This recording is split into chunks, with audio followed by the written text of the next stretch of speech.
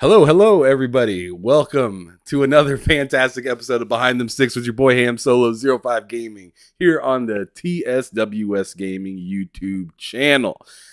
I am very happy to introduce this guest, person I've been looking to have on for a little bit of time now. We scheduled, I believe, like a month or two ago. It's been a little bit now. Happy to have him on finally. Has his own podcast, between realities. Fantastic show, and the name of his show is a pretty good hint to what they like to cover, which is virtual reality. Really cool stuff. This is the first time I've actually had a guest on my show that main platform is VR, so this will be a very interesting conversation.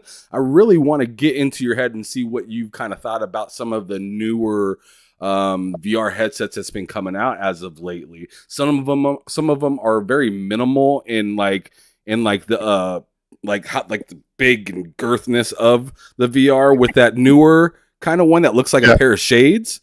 Right? It's funny saying girth. but anyways, and then there's the new PlayStation VR 2. There's a Meta Quest Pro that's came out. I'm kind of curious, what's that other one that I'm thinking of? It's not Oculus or Meta or whatever. It's HTC Vive XR Elite. Yes, that's what I'm thinking of. Yeah. There's those. I'm wondering, have they been making newer and updates to continue that line as well? Yeah. So I mean, I think I own all of those headsets you mentioned. My headset collection. You're a maniac. Ridiculous. Yeah, for real. a little obsessed, you might say. Well, before we get into it, let me go on ahead and formally introduce our guest today. Goes by the name of Skeeva, and I'm happy to have him here. Fantastic individual within the gaming community. Definitely check out his channel. I have his credentials down in the description below so you can check it out. He does a live show, sometimes does some pre-recorded stuff depending on timing around the world and whatnot for different people. Gotta be very you got to be very welcoming and easygoing when you're dealing with somebody on the other side of the world. I understand that myself because I have a person that's on this podcast with me weekly that lives in Mozambique, Africa. So I understand the whole timing situation with that. But please, brother, without me doing all the work, let me go ahead and hand it over to you and let you do the shout out of your own podcast and give people the reality of what's going on over there. Yeah, sure. Thanks, man. Thank you first. Thanks for having me on your show. I love just chilling and talking about video games. So this is rad. Been looking forward to it. Appreciate it. I'm Skeeva, and I have a show on YouTube and all the major podcast platforms like iTunes and Spotify and all that. But I definitely like to push the YouTube version because we do a little bit of work on the visuals and stuff, and we just try to make it aesthetically pleasing as well, as much as we can, right? It's beautiful over there. Thank you very much. So it's called Between Realities, and we fly around in a spaceship between realities, right? How do you do a show like that from your basement? So so we fly around, and every week we have on someone new that is making a splash in the VR industry. It could be anyone from VR content creators to heads of studios, to movie producers, authors, just all different kinds of people. We really like to get into the philosophical view of virtual reality and what makes the reality in virtual reality something to really, really think about. So we kind of take that stance too. We don't always go down that road, but we definitely push it that way sometimes. So that's important to us. Our show has a slogan that it's a VR podcast from a philosophical gamer's perspective. So we try to get deep sometimes. I have been working in the VR industry for some time, probably maybe 4 years now, something like that. I had a job in the IT industry, owned a company and an IT company, and VR happened, and I've always been an obsessed gamer. Like I've always owned every console, spent way too much money on games, and then VR happened and that was it. I couldn't sit on the sideline anymore. I sold my company, I got rid of everything, and I went into this full time. I didn't know how I was going to do it. I didn't care. I just know I had to be here. And so eventually got to one of the biggest VR studios in the world called Vertigo Games. Created games like Arizona Sunshine and After the Fall. And then left there to start my own company to try to rise all of VR in the whole industry as best I can. I started a company called Impact Reality, which does PR and marketing for VR game studios and hardware companies, as well as porting services, bringing games to different headsets. 2 times VR Awards finalist. What else? I'm an Upload VR correspondent, and Upload VR is the world's largest and most respected VR news network. So I am a correspondent for them, and I travel around sometimes and cover events. I do some video production stuff for them, just random stuff here and there, however I can help. And I guess that's me in a nutshell. Fantastic. Well, we're definitely going to dig into that a little bit further. But before VR happened, we were actually talking, in the green room, whatever you want to call it, before the show actually started. And I was like, yo, obviously, we're both old enough to the point where it's like, yo, VR wasn't around when we were little kids or super young or anything like that. Right. I asked you specifically, yo, what was like the first console that you had regularly available? And then I made the comment of, oh, sometimes people don't have arcades around. And you're like, I did. Every time I went over there and went and got down on some games, it was fantastic until the parents had to yank me away. Yep. And then you went home to go play the Atari 2600, if I'm correct. That is correct. I got an Atari 2600 when I was a little kid. And arcades were always my favorite thing. But my parents didn't want to hang out while I played games. It'd give me, a couple bucks, got some quarters. I'd run out. I'd be upset. I didn't want to go home. But eventually they got an Atari 2600, and it started my addiction into video games. And I remember, games back then weren't very graphically intense. They were pretty much a whole bunch of really large pixels on the TV, and you really had to use your imagination to really get something out of those games. But I remember the cover art on those games and the boxes and the cartridges were like mind-blowing, like absolutely amazing art that they'd put in front of these games, and really kind of like get your imagination going and kind of start your thought process of like kind of piecing together in your brain what imagining what was really happening on the screen, instead of imagining the little squares moving around on the screen, because there wasn't much to them, right? But that's kind of how I started off, and my obsession just got worse and worse and worse. And here I am today.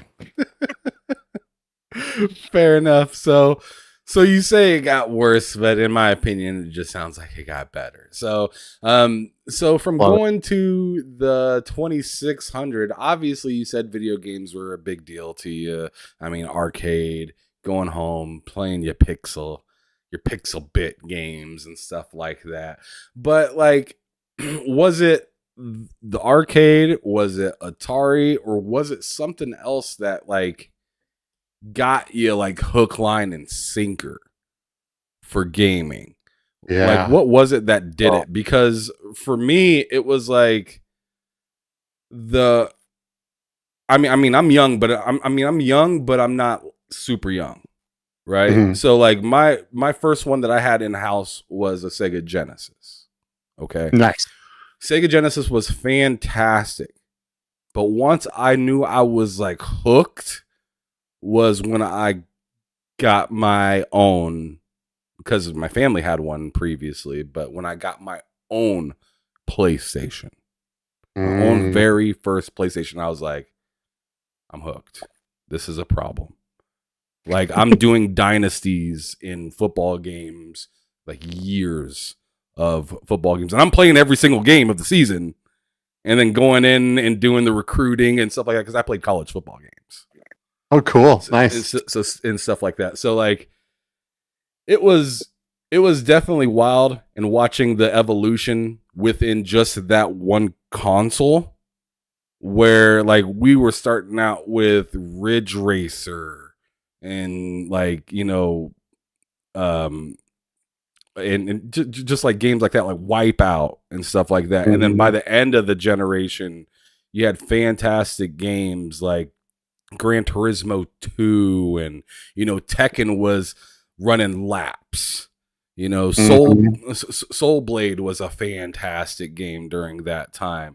There were a lot of really good games that really like showed you how much they changed just within that generation. I mean, we went from long boxes to diamond cases. I mean, like, things changed a lot within that generation for sure. So I want you to go on ahead and tell me what was that big moment that you were just like, I've been doing this, but I'm seeing this light that's just like, in the distance, and I gotta follow it.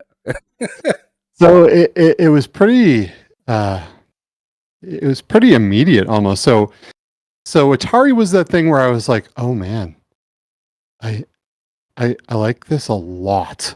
Like I like this a lot, right? And then the first time I saw Super Mario Brothers on the NES, I was like head over heels in love.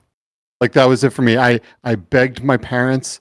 I like constantly until the day that thing entered my house, I begged them for a Nintendo. I begged them for Mario Brothers. I begged them for like Teenage Mutant Ninja Turtles and like all these games. And I did not stop, and I obsessed over it until I got one. I ate Nintendo cereal for breakfast. Like I was, I watched all the cartoons based on Nintendo IPs. I was completely obsessed, and that's all I wanted. I would hang out at my friends' houses that had an NES until their parents were like, "No, kid, you gotta go. You're not our kid." See, and then I remember after that. So I played until I would play the maximum amount of time I was allowed to every day until my parents were like, "No, dude, you gotta do something else. Go outside and play. Go do your homework." Right. And all I could think about was like getting inside to play Nintendo again, or sneaking into a friend's house down the street if I went out to play their Nintendo with their games, right? But then, after that, I got a Sega Genesis. It's like you, and I loved the Genesis. There were a lot of amazing games on there. Had a blast with, of course, the Sonic games. There was a game called Tasmania that I really, really liked. There was a whole bunch. Mine favorite was Taz. What was it, on Mars or something with the Martian? Martian, yeah. Those were great. And then like I remember I started to, I don't know, think about girls, right? And like started to fade a little bit from games. Not much. They were always there. I really got especially on the Genesis, I got hooked on Mortal Kombat, like hardcore. I loved Mortal Kombat. I still remember the cheat code for that game. Do you? Yeah, ABACABB, and it'd be like, "Get over here," and blood would go down the screen, and you could uppercut people in the spikes and stuff like that. Then nice. Oh, dude, that game, being able to graphically destroy people and just brutally tear their spines out of their body, and it was just so next level. It was intense. I really, really liked that game. But what then reinvigorated me into games yet again, which was another kick of those what do you call those paddles that they kickstart your heart with, right? Was the Nintendo 64. Oh my god. That console just again renewed my obsession that was already pretty bad, but I started to think about other things, and then 64 came out, and that was it. And my friends had PlayStation and I had N64, and we had carry bags, right? And we'd carry them to each other's houses, and we'd play all kinds of games. And the first time I saw Mario 64, I'm a Nintendo fanboy too, right? I love Mario. I'm starting to see that. Yeah. So they really grabbed me, and I loved, that no one platformed like the Mario games, right? Those were the ultimate platformers. But yeah, so man, it just kept going on and on. PlayStation 2, again, more obsessions. Guitar Hero, all kinds of games on the PlayStation 2, PlayStation 3, PlayStation 4, and then with the PlayStation 4 came one of the first headsets that that changed my life completely. So that was the PSVR, the original, which was big, bulky, terrible tracking, not very comfortable, low resolution, but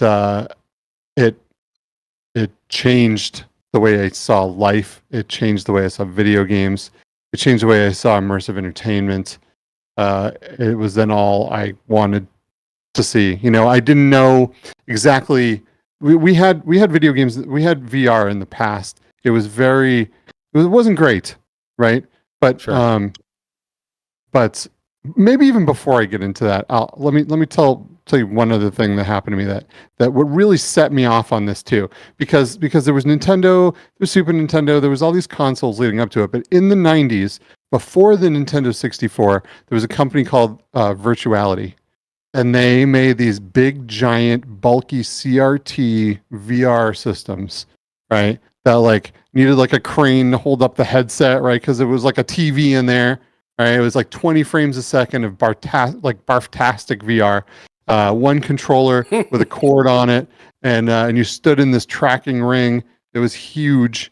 And I tried this thing at a Future convention in Boston, Massachusetts, and that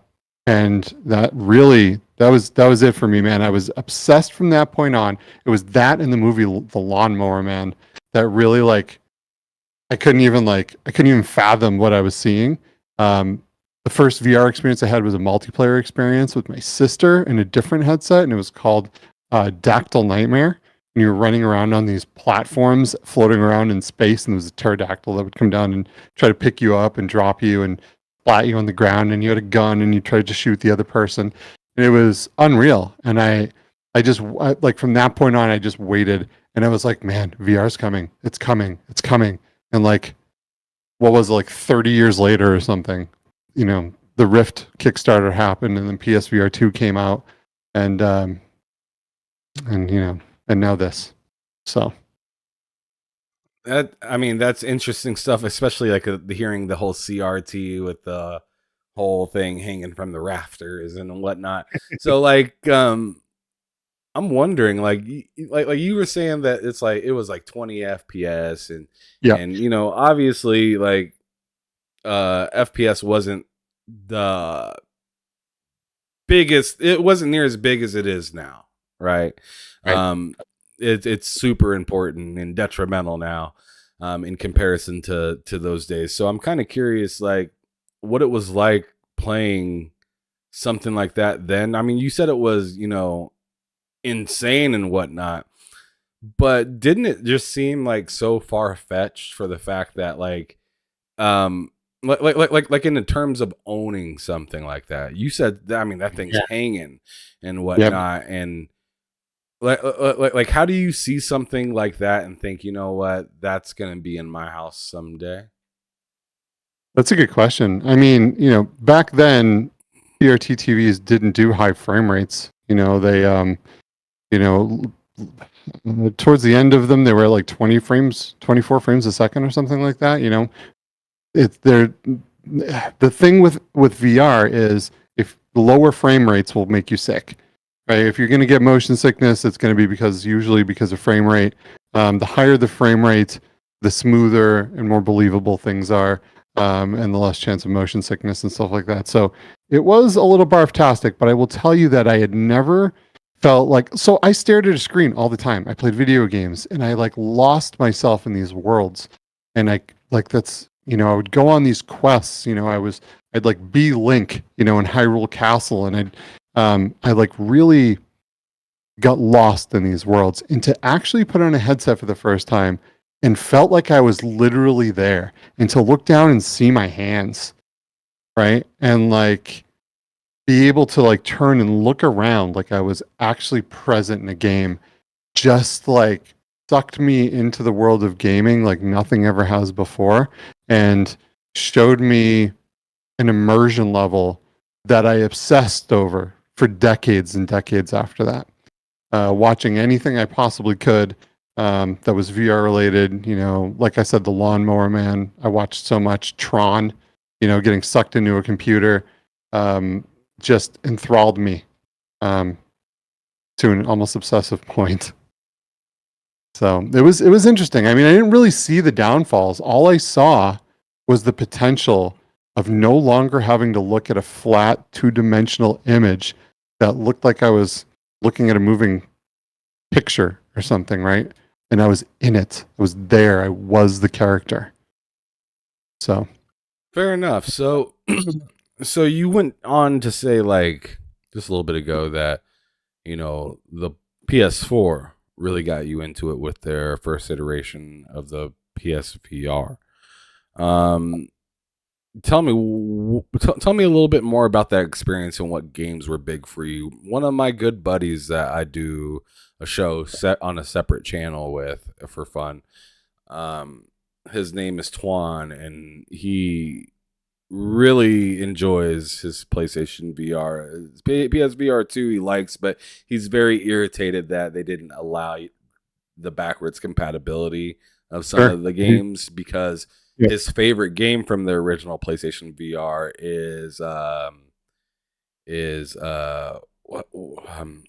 it's like I'm tripping not remember the name. It's the guy from the game that comes preloaded on your PS5.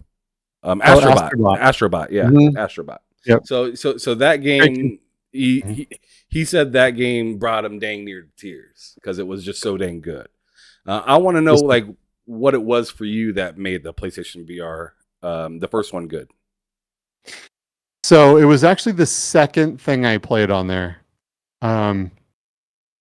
The first thing I did was like a Shark Tank experience where you're lowered down into the ocean and then eventually like the shark attacks the cage that you're in.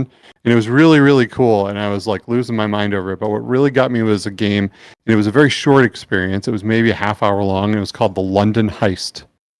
And you are, for a majority of this experience, you have been captured by some gangster and you're strapped into a chair with your hands tied behind the chair.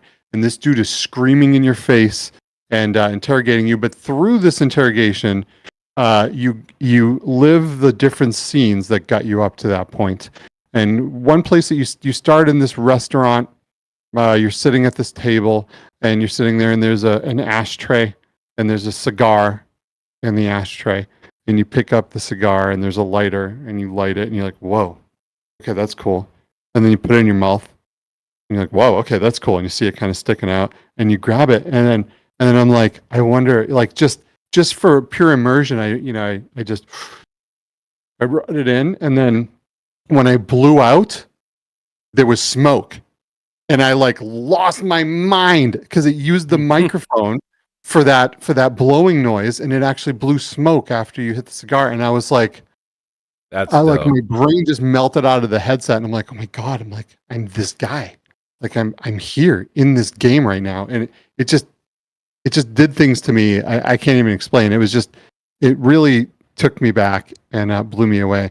And then there's scenes in there where you're in a car with this guy, and you're hanging out the side of the car with a machine gun, and you're on a high speed chase, and all of these insane things happen. And then I remember dying in that game for the first time. I remember this guy grabbing me and pulling me over and taking a gun and shoving it in my stomach and pulling the trigger. And I oh my God. In my brain, I was like so into it that I was like, oh, and I felt it. Like I almost, like my brain just like connected with this, and I like almost felt it, right? And it just, the immersion level was just out of this world. And that was the moment, that game was the moment that I knew I had to stop everything else I was doing, and I had to do this, because this tech was going to eventually change the world. In my mind, at that time, it was going to change the world tomorrow, because I couldn't imagine anyone doing something like this and not feeling the same way that I did, until I realized there were a lot of people out there that didn't, which I couldn't understand. Like, to me, it was so powerful that I couldn't believe that someone else could have these experiences and not throw everything else away and move solely in this direction. But there were amazing games for that headset. That headset in all intensive purposes, you look back on it and it was garbage, right? It used light-based tracking. You had to sit in front of a camera and the camera looked at the lights. You couldn't turn around, it would lose tracking. If you got anywhere outside the camera's view, all the tracking was gone, right? You use these stupid controllers. They didn't have analog sticks. They were absolutely horrible. But you had hand presence, right? But it was, compared to everything else, it's not good anymore, right? But the games on there, to this day, that console still has some of the best VR games in the world. Like you mentioned earlier, Wipeout on the PlayStation. Right. PlayStation VR has all of the Wipeout games natively in virtual reality, and it is the best racing to this day ever. I have my PSVR 1 hooked up still for Wipeout. Like those games are phenomenal. It's like the PlayStation version of F-Zero. Yeah, for real, but better. Way better in my opinion. It's more mature too, yeah. Yeah, absolutely. And the VR version is so next level. And if there's any game that I want to see come over from the original PlayStation VR, it's Wipeout. That game just blew me away. It still does. Every time I put that headset on and play Wipeout, even though I have every headset that's come out and every console and every VR, everything, that game just blows me away every single time I play it. Skeeva, I tell you what, brother, I am excited to get into this conversation about VR because, like I said earlier, I'm a novice when it comes to any of this stuff. So, like, you saying this kind of stuff, seeing your excitement and everything like that, it's starting to get me a little excited. It's getting me a little pumped. All right, so like, I just want to take this desk and flip it. Like, let's go. So I recently purchased a Steam Deck, and I'm not too like I'm happy with what it can do. It's a phenomenal machine. Okay, but I purchased it, and then 2 weeks later they announced the ROG Ally. So I'm pissed about that. But when I was thinking about getting the Steam Deck, the other option that was out there was the PSVR 2. Okay. And I was told by many people I should have just got that. And to this day, I'm just like, I wish I would have got that because even from, some of the most, regular gaming, playing on a regular, monitor or TV or whatnot. I've heard from some people that aren't even that big into VR that thing is just awesome. It's an awesome piece of hardware. But before we get into that, just because that's on the newer end of things that came out recently, I do want to talk about some of the previous things and kind of build up to the PSVR 2, the Meta Oculus Pro, and the Vive and stuff like that. Okay, so let's go back. Let's say like 2017-ish. All right, 2016, 2017, because I know these things were picking up steam during that time for sure. I remember friends grabbing PC rigs and just putting them together just to make a VR PC, right? Yep. Tell me about the experience during that time and then kind of compare it to today, if you can. Yeah. Because from what I think, there's been some very large strides. There has been. There's been a lot that has happened. So in 2016, well, actually, in 2015, I believe there was an Oculus Kickstarter. So Palmer Luckey was this kid that was obsessed with VR and the possibility of VR. But we didn't have anything good, right? We had the virtual reality that you saw in some arcades, some places, but there wasn't anything consumer based. There were like screen head-mounted displays where you just like saw a big screen in front of you, and things like that. But there was nothing that was tracked. Anything commercially viable for your standard everyday person. So this kid, Palmer, built the first Oculus headset in a trailer in his parents' driveway, and with a full tracking system, and he duct taped this thing together, and made something so cool and so compelling that he took it in a backpack to a conference, and he showed it to John Carmack. And then John Carmack, the founder of like Doom and like, one of the greatest game creators of all time. He's a freaking menace. That man is ridiculously good at his craft, and he does not take any.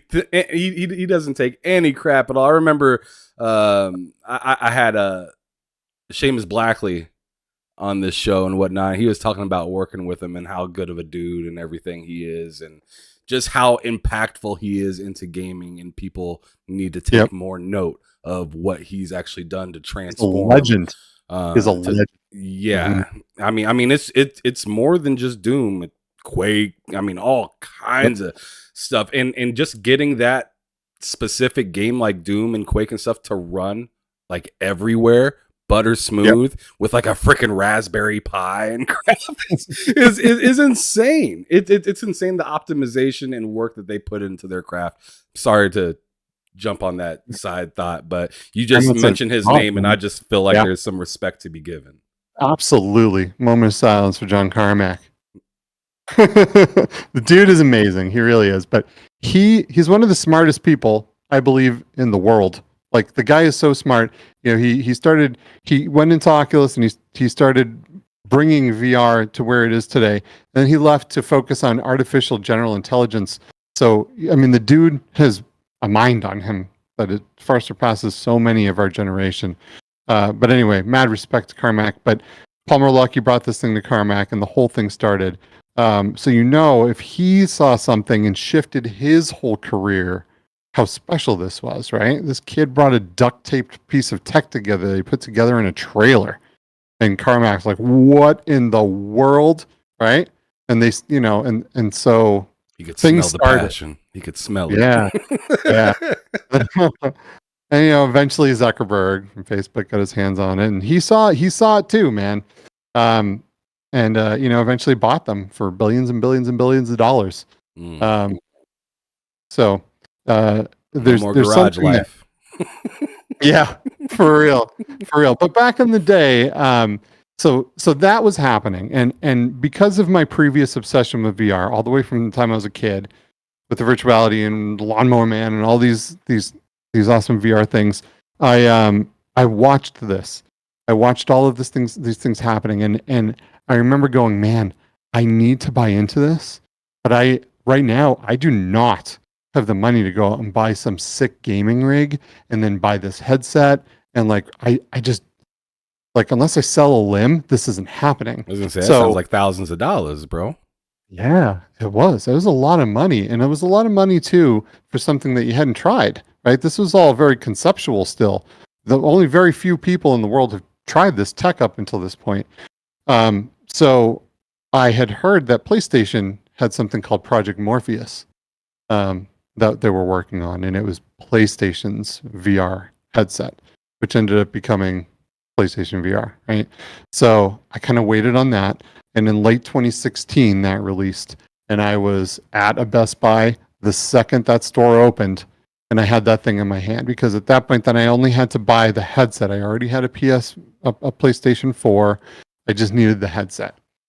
So I bought that, and then like I said, I went through a couple of experiences, and went through the entirety of Resident Evil 7 in VR, which, oh my God, to be in that house with those people and having them like hunt you in their house and feel like you're really there, man, I will go to my grave remembering that experience. Like, it was one of the coolest things I had ever experienced. Now, that game was played with just a regular DualShock controller, and the gun was stuck to your face. So it was like it left a lot to be desired, but you were still super immersed in this world, in the baker's house, while they like busted through walls, and like you're hiding under tables and like trying not to get killed. And it was just so good. And then, so from that point, I was like, okay, I am going to do everything in my power to go out and get myself a PC, the best PC I can afford. I'm going to buy into the Rift, and I'm going balls to the wall here, and I did. I saved, I worked as hard as I could. I was like driven to get this thing, and I bought the best PC I could. and I spent a fortune, on like, I remember at the time, like the 1080 Ti was just came out, and I was like, this is what I need for a video card. And I spent like $800 on a video card alone. And back then, video cards still didn't really cost that much. The 1080 Ti was like really one of the first video cards to really shoot the pricing through the roof. And I spent thousands of dollars on this PC, and I bought a Rift, and then I bought extra sensors, and I wired everything up the walls, and I had, for a normal setup, it was only 2 sensors looking in, but I had 4. I didn't turn into an electrician. Dude, they did, man. I had to get like the right kind of USB extenders that wouldn't like lose the signal, because it had to be like super. It was like the refresh rates on these cameras were really high, and only USB 3 would work, but the cables weren't long enough, and you extended them and it would lose signal and blah blah blah. Anyway, I worked it all out, and then I lived in VR for a long time in the Rift, and I played everything, and I bought every game for the PlayStation VR, and I bought every game that came out. And PC VR, and I spent so let me stop you real quick right there. So PlayStation VR is super duper dope for you. You're enjoying those experiences, as you just got done saying. Resident Evil 7 will live amongst one of the most moving titles for you when it first came to VR and your personal experience. But I'm wondering, from going to the PSVR original to going to the, what'd you say, the HTC? Rift. The Oculus Rift. Okay, the Oculus Rift. What were some of the biggest differences? What did the PlayStation VR have to you that was something that the Rift didn't quite have at that time? Because the pricing differences was big. Yeah, it was astronomically larger to go to PC VR, right? The PlayStation, like we were talking about, had one of the worst tracking systems in the world. They used the wands from, do you remember the PS3 moves, right? The PlayStation 3 came out with the iToy, and then they came out with the wands for them, and they had these augmented reality experiences, which were way before their time, where it changed the light wands to other things, and you would play games like it would turn into a racket or a gun, and like you'd see your real world. There was iPet, and you could like brush it and like play with it and stuff, right? But it was like a sophisticated Wii. Yeah, totally. But like these wands, then they didn't sell well, so they sat in PlayStation warehouses, right, forever, and they're like, oh, let's reuse these things with our light-based VR system, and that's how those wands came to be. They were the PS3 Move wands, and ended up being repurposed for the PlayStation VR. But when I moved over to the Rift, I all of a sudden had full room scale VR, where I could stand. So I had pulley systems on my ceiling, and I had the wire going across my ceiling, and I could move anywhere, and the pulley system would come out, and it felt decently wireless, right? I wasn't tripping over cords or anything. I took a lot of time on my setup, and that's insane. All that stuff that went into it. Yeah. It was. It totally was. Quick, just side question: is it like that today?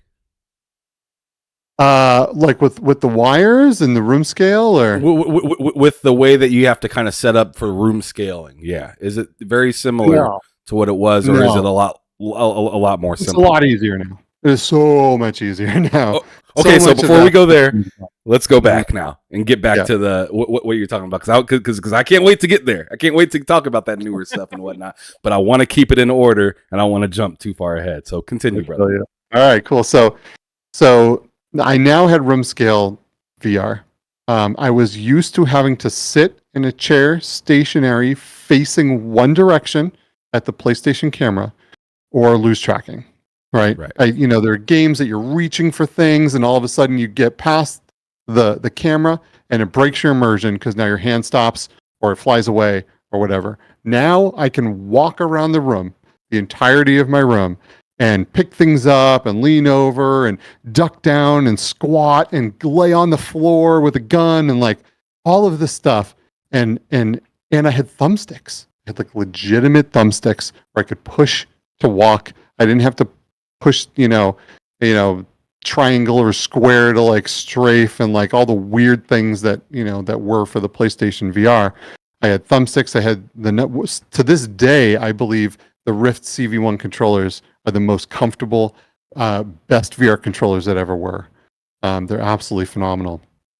But I also had super high-end, high definition graphics too. The Rift was much higher spec than the PSVR. It was much more comfortable. Well, I mean, that's debatable, depending on your head. Some people say the PSVR is still the most comfortable headset to them. To me, it was the Rift.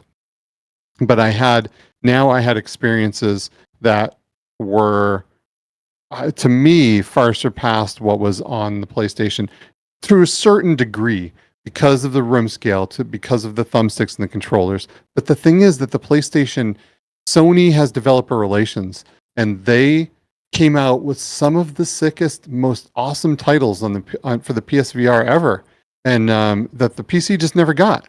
Right, so I did go back and forth a lot, and I still enjoyed my PSVR, even though I had a Rift, and I spent most of my time in the Rift. I would definitely go back for some of these PlayStation exclusives. And like I said, to this day, I still go back for Wipeout. There's titles like Blood and Truth that were absolutely incredible. Resident Evil 7 never hit any other platform in VR. Still exclusive to the first PlayStation VR. So there are a lot of good reasons to go back to that. So you're just saying more or less for the games. The games. The games really still mean a lot to you and made that PSVR to, although it was kind of behind the times at that point, because this stuff is happening so fast. This stuff is improving and getting better fast. And then also comparing, a PS4 to like a high-end now PC or something like that is totally different as well. Yeah. And you don't have to have the camera and stuff like that. Correct. That the PlayStation had. You had a different setup. So but you had cameras on the outside in the corners of your rooms, and those cameras were infrared, and they just looked for the little dots on the headset and the little dots on your controllers to positionally align where you were in 3D space. But at the same time, what was happening was, Palmer Luckey also met with Valve and Gabe Newell and showed him the Rift, and then they went on to then work on the HTC Vive. So Valve created and designed all of the hardware that went into the HTC Vive. The full Lighthouse tracked system, how all of that stuff worked was completely created by Valve. And then the owners of Steam and the creators of Half-Life and Portal, right? Dota, all of these titles. So they saw this device and were also captivated. So like that gaming was going to change. They saw the magic. They understood what was happening. So they created the HTC Vive, and they went to HTC to mass produce this. To that point, Valve was only software distribution. They didn't have any way to create hardware really. So they needed a partner to be able to mass produce this thing and then distribute it throughout the world. So they partnered with HTC, which was a cell phone company. They had factories. They were able to get this thing on a production line and meet the demand. Also take care of the customer service and replace, do the warranty work and all of that stuff, which Valve just didn't want to do at that time. Now they produce their own indexes, the Valve Index, which is their newer headset, right? But back then they did not. So they formed this partnership, which birthed HTC into the VR world, who is now still a very big player. Mostly successful in the location-based entertainment field. An enterprise is where they've seen their most success. And then when Valve got bigger and really started thinking about VR even more seriously, they created the Index. They bought manufacturing plants. They brought the whole thing in-house and started producing the Valve Index, which to this day, by the way, is my current daily driver. Really? To me, better than the Valve Index. The Valve Index is the best, you said? Do you? For me, it is that. Because I know it's very preference oriented. Yeah, it is. It is very preference oriented. So there are higher definition displays in headsets right now. But right now, to me, the Index has two things that other headsets do not have. One is it has a very high refresh rate of 144 hertz, where most headsets stop at 90 hertz. The original Quest came at 72 hertz. The PSVR 1 was 60 hertz native, and sometimes had a very few select titles that reprojected up to 120 hertz. But really 60 to 72 hertz was the norm, and then 90 hertz is still to this day considered the normal for VR, but the index goes up to 144 hertz. And the more of a refresh rate you have, the more lifelike and fluid the worlds feel. And it really just sells the immersion factor. The other thing it has is field of view. It's a very wide, big field of view, where a lot of times you play things like the Quest and other headsets and you feel like you're looking at the world like this, right? I almost call it like hoodie view. Like you put a hoodie on and like you just have everything blocked out in the world around you. But the index has this really wide, really big field of view. And the field of view and that refresh rate is just something that trumps the resolution to me. So even though technically the Quest 2 is a higher resolution screen, the refresh rate and the field of view of the index far surpasses everything else to me. Plus the controllers. I love the Valve Index controllers. They just like clap on your, like they kind of clip onto your hands, and then you just hold your hands like normal. It tracks all your fingers, has great thumbsticks. They have a problem with breaking a lot. I've been through 6 sets of them, but they're so good. They're so good. I just keep getting new ones. 6 sets. I mean, man, I thought I had an issue with Xbox controllers. This man over here. I've been through a lot of controllers. I have. My goodness. They've warrantied out all of them up until 5, and then they're like, dude, you're just going to buy some more. So I just bought another set, and I'll start like warrantying them out if I continue to break them. But, they have another headset on the way. So hopefully fair enough. This will last long enough. Okay, so now we're moving more towards current day. But before we get there, I want to talk a little bit about the Oculus Quest 2 and stuff like that. Yeah. And just how you perceive that with it being, wireless. So I want to know, where do you stand on wireless VR? And, like the one I have does the whole AirLink thing and whatnot, and sometimes the latency is a little cringe in it, but it's amazing that it works. Yeah. And it kind of reminds me of like playing like Xbox or PlayStation through remote play. That's the way I kind of feel when I'm playing that through the AirLink or whatnot. Yeah. I want to know where are your thoughts on that, and how far do you think we are away from a non-tether to be something that's normal and still get good performance? Yeah, sure. So the Quest 1 came out, and it was a big deal because now we had a headset that you didn't need a computer to run full 6 degree of freedom virtual reality.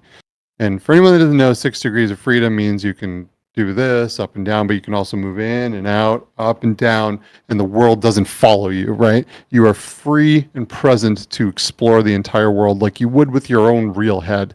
Before we had like the Oculus Go, which was like a cell phone and a headset pretty much, and you could look around like this, but when you move to the side, the whole world shifts with you, right? Or you go up and down, the world shifts with you. You can turn, but you can't go like this. You can't go in and out. The world will stay exactly where you are. So that the Oculus Go will make you sick. It will absolutely make you barf. It'll make you sick. VR, right? It was like when you put a cell phone in one of those little things, and like you did like the early days of the Google Cardboard.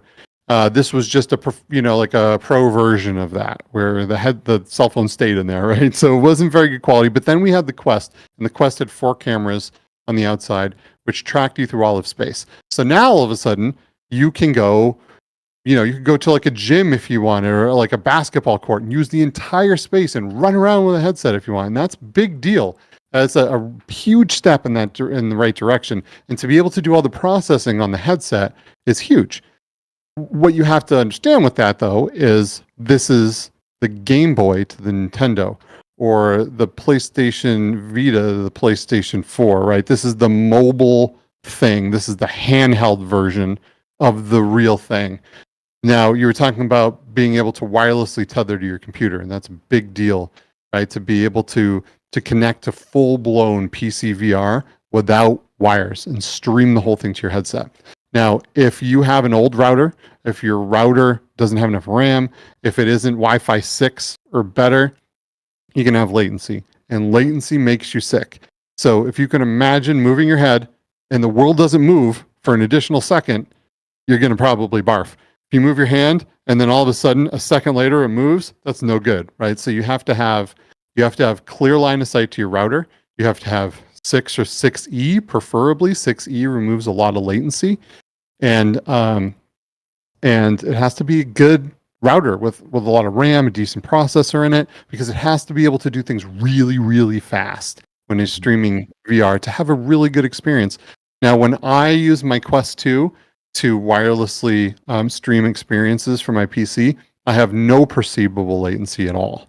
It just works like I have a cable, and it's great.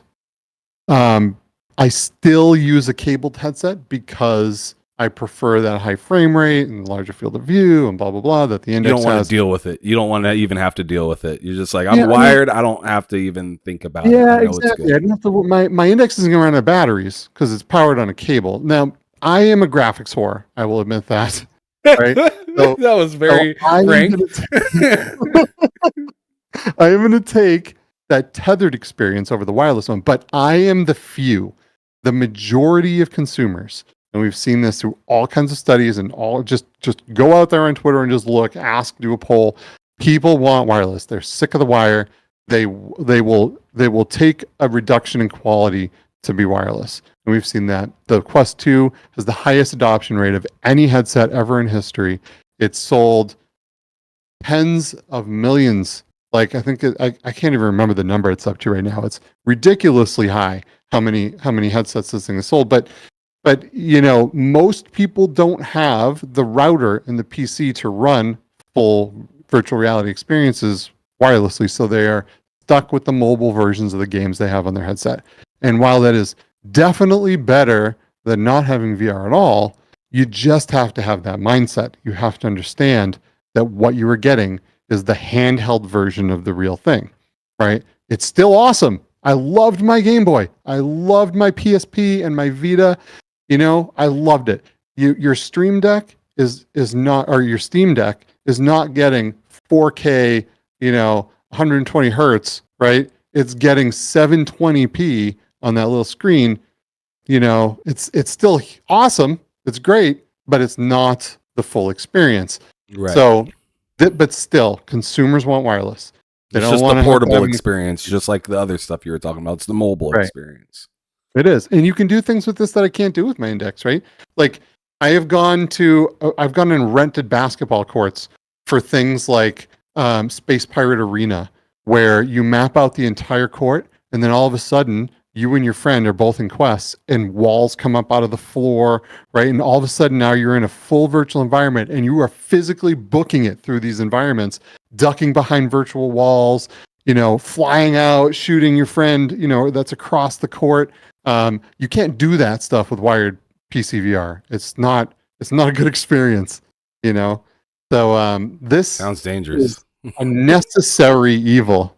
It really is. And the affordability of this thing, you can't beat it. People don't want to spend thousands of dollars on this stuff. They just don't. And we've seen that with the Quest. $400, Meta subsidizes the heck out of this headset. This headset does not really cost $400. What you were paying with is with your data and everything they collect on you. And you have to be aware of that too. Facebook has some unethical practices. And you are definitely paying what you did not pay monetarily with all of the other stuff they're taking from you. Now, if you're cool with that, then sweet. This is a good option. I personally like to stay away from them when I can, but this is my field. This is my career. There's certain things I have to give up. There's certain evils that are necessary for me to be successful in what I do. Right. But I do like to tell people that there is this part of dealing with Facebook, now Meta, that you should be aware of, So there's that. I still prefer Steam-based headsets, native Steam VR experiences. But the Quest has brought millions and millions and tens of millions of people into VR, and they're good, compelling experiences. And it's just going to get better because they've come out with the Pro, which was cool, but it was still a Quest, right? It had pancake lenses, which means the headset was then able to be a lot thinner. Right now, what's in the Quest 2 are Fresnel lenses, which are what's in most headsets prior to these new generations of headsets coming out. Fresnel lenses bend the screen to wrap around your vision, and they bend the light in a certain way, right? And they're very, very thick. And then on top of being thick, there has to be so much space between the lens and the screen, right, to be able to pull this off. So you see these headsets, like the Quest and like other headsets, that are big, thick boxes, right, on your face. Now with the Quest Pro, it's way thinner because they have what's called pancake lens technology. And it's a very flat lens that can lay right up really close against a micro screen and get that same effect. Lots of research has gone into these lenses. All of the headsets are starting to move over to the pancake lens model now. That's why they're all getting super thin now. You have the Pico 4 that's tiny, the HTC Vive XR Elite that's super tiny. You have the big screen headset that is minuscule. This thing is so small, it fits inside of the eye box of the Quest 2. So we're getting to very tiny headsets now. We now have tiny little micro OLED displays that are so small that can produce super high resolution graphics and high res imagery using the pancake lenses. It's all very, very tiny and compact. The PlayStation VR 2 is still very big and boxy because it still uses Fresnel lenses. And there's a reason for that, though, too. Because the PlayStation VR 2, one of the things that it has that most other headsets do not is an HDR display. And HDR has a much more vivid and lifelike light than any other display does, right? It's able to make it so if you look at the sun on an HDR display, you're going to squint because that part of the screen can get so bright that it mimics, it's a lot closer to real life light, right? And that's some of the most compelling things about the PlayStation VR 2 is its HDR displays. Now, the reason they had to go with Fresnel lenses, the old school lenses, and have to have that really thick box still is because one of the downsides of pancake lenses is it only lets through about 30% of the light that Fresnel lenses do. So if they were to put the HDR display with pancake lenses and shrink that whole headset down, that HDR wouldn't seem HDR anymore, right? It would get a lot darker, and it would still look fine, but you wouldn't get those times like you're in Resident Evil 8 and you're coming out of a cave, it's pitch black, and then you get to the opening and this is bright light and you come outside and the sun hits you in the face and you're squinting and you're like, whoa, it's like almost like you would in real life, right? Those are the things that they made these decisions for to stick with that older technology for the lenses so they could use things like HDR in their displays. Okay, so I had a quick question from the chat. My buddy Mike asked, which VR set would Skeeva recommend for PC, especially if I'm not trying to break the bank? So something, and I know this person. So what they're looking for is still quality, but it doesn't need to be like the top end of the top end. It can be just just under that or something like that. Yeah, absolutely. So I really do think one of the best headsets right now that's out there that is not the $1,000 index kit is the Quest 2. You can buy a link cable that plugs directly into your PC if you want to have it wired, if you don't have the proper setup to do really good wireless, and you can have a really good, compelling PC VR experience. It is the Quest 2. It has for $400, you get a very good wireless, take it wherever you want VR experience, but you also get a really, really good PC VR experience. So it is definitely the most value you're going to get in a headset. Plus the option, if you do have a really good router, to go fully wireless. Let me put it this way. He has the whole 4080 and he has a nice setup. So he is prepared to take on something like, even if you were to go up one step above, like something a little bit newer than the Quest 2, what would you say? Because let me put it this way. He's somebody that likes to be a little different than everybody else. I mean, he'll pay a little bit more to do that. There is right now, number 2 for PC VR is the Quest 2 still. Oh, wow. It is.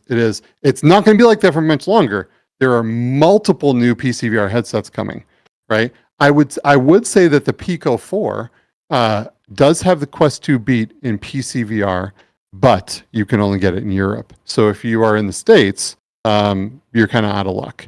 I do have that headset. I got them to send it to me anyway.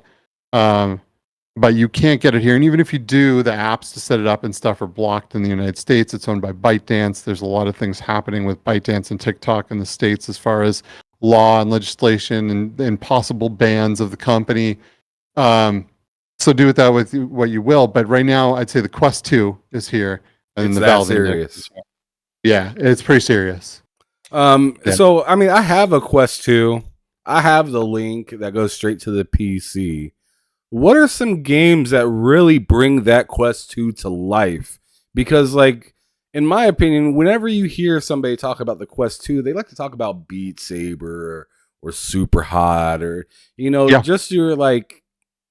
Well, those are great. I mean, I don't mean to call them typical, but, like, I want to hear some what you would call, like deep cuts. Yeah, totally. So there's some absolutely bonkers VR games out there. And the number one to this day, I personally think it may be the best video game of all time, is Half-Life Alyx. So Valve was reinvigorated by VR. And they stopped at Half-Life 2. And they were going to go on, but Valve doesn't make a game. They don't make a Half-Life game until there's something groundbreaking, right? And then they show off how to make that stuff amazing with physics. Physics was now a big thing. Valve came in with Half-Life 2 and said, we're going to show you how to do physics in video games. And they absolutely nailed it. Half-Life Alyx came out, and it was because of VR. So something big always has to happen for Valve to make a new game. And this time it was VR, and it reinvigorated them to dive back into the Half-Life series. And they made some amazing interactions and environments, and they just brought you right into City 17. And for me, the Half-Life series is one of my most memorable video game franchises. It's one of my most loved. Have some of the best memories around it. And to then be able to step into this world and play Half-Life Alyx on a headset, especially that Valve created, and then it's like playing Mario 64 on an N64. Like, they made the controller and they made the console and that game together. And they kind of did this with Half-Life Alyx too, right? But you can still play this with the Quest linked up and get an absolutely mind-blowing experience. This game is just up there, man. One of the best games of all time. In fact, that's funny that you mentioned that, because the person that I'm talking about literally wants to get a headset mostly for that game. I mean, he's saying it in the chat. He said, very interesting. I appreciate the insight. Quest 2 might be the way to go. And then he went on to say, I want the Quest 2 for Half-Life Alyx. Half-Life was the first FPS game I've ever played. I need to play this. Half-Life is goated. You do, and please do not play this with the flat screen mod. You will lose so much of this game. They've modded this into flat because I don't know why. I don't know. To me, it's like porting, like, I don't know, Fortnite to a calculator or something. Like, it just doesn't make sense, right? This game is built around VR and the interactions that you can do with VR. Do not play this flat. Please make sure that you wait to have the proper experience with Half-Life Alyx, because this game, especially if you're a Half-Life fan, this game is like, it's gonna it's just going to like reinvigorate your love for gaming.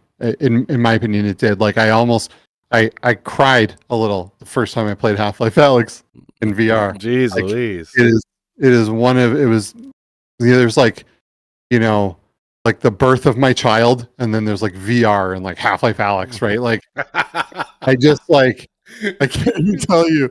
Like I love the world of Half-Life. I really do. I love the characters. I love the city. I love the Combine. I love the guns. I love all the interactions in this. Just took it to a new level, man.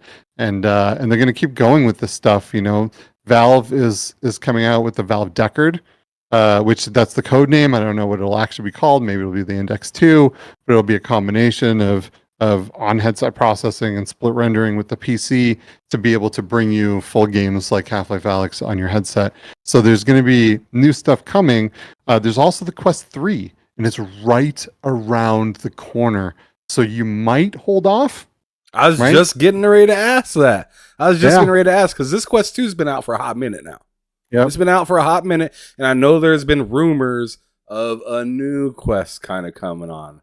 One of my friends within the gaming community, Kay Asante, is just like trying to tell some people that are itching to get into VR, like, maybe you might want to wait just a little bit longer because there's going to be a lot of new stuff that are coming out. And if you're seeing, you know, the PlayStation VR 2 coming out with the specs that it has, and the Meta Quest Pro coming out with the specs that it have, almost allow them to argue and find a common ground for you to purchase it and be happy with what you get and have some great performance with it as well.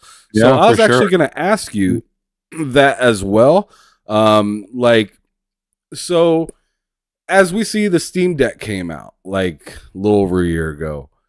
It kind of made it splash with it being so affordable. With the, I mean, there's obviously been other things, and a lot of people don't realize that like the Steam Deck is a hot commodity, not just because of the things that it can do, but like if you look at like for the Win and the Aya Neo and like those things like that, they're like double the price of it. And and it's very similar in VR as to what you were talking about versus like the Quest 2 versus something like the Index. And stuff like that. So like, you know, a couple $100 versus a G, or, you know, $1,000 plus. So I want to know where's your head kind of at with the whole like affordability? Do you think that's that's somewhere close to where we're going to start seeing more things be affordable and easier to kind of get your hands into? I mean, because I think that's one of the main things holding VR back right now is that like not only is the headset expensive, but the hardware I need to run it is even worse in price. Oh, you're absolutely right. You're absolutely right.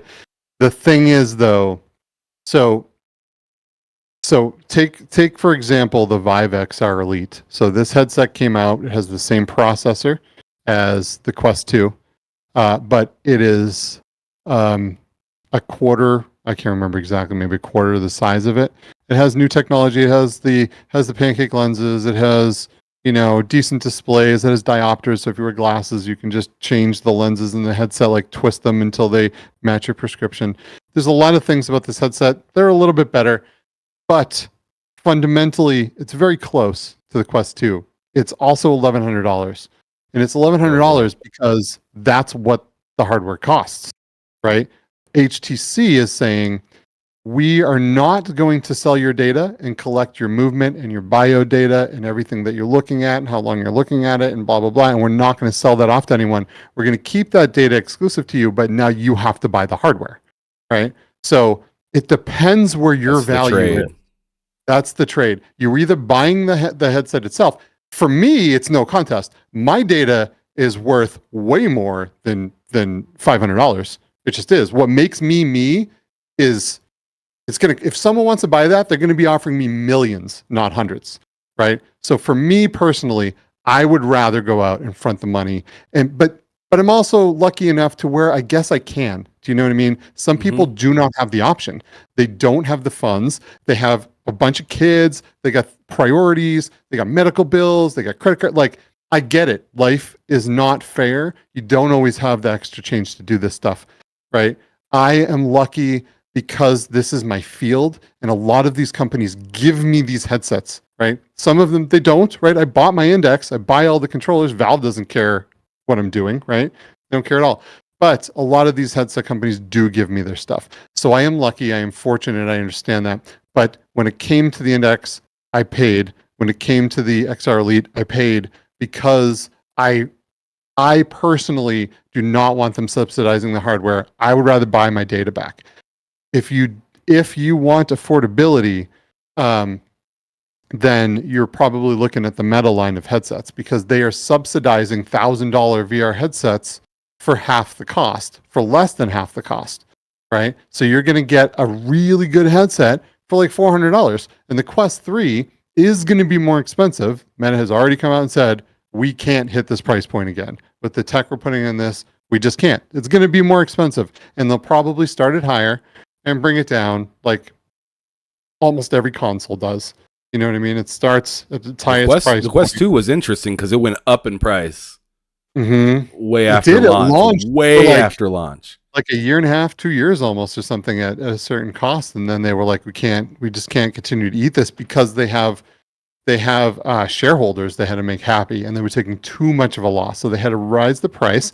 They also wanted to be able to put the thing on sale. They couldn't put it on sale before. So there was no compelling things for marketing, right? It's very important for marketing to be able to say, hey, sale, look, right? And be able to push that messaging out to people. They couldn't do it before. Like it was just too cheap. They were already losing their butts on this hardware. So the Quest 3 will be more expensive.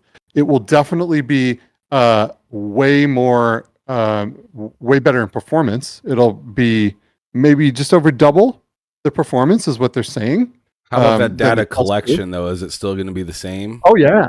Absolutely. And the reason I asked that is because the Quest Pro is in a regular price range of VR to where it's like $1,500 to $2,000, and you're still saying the compromise of your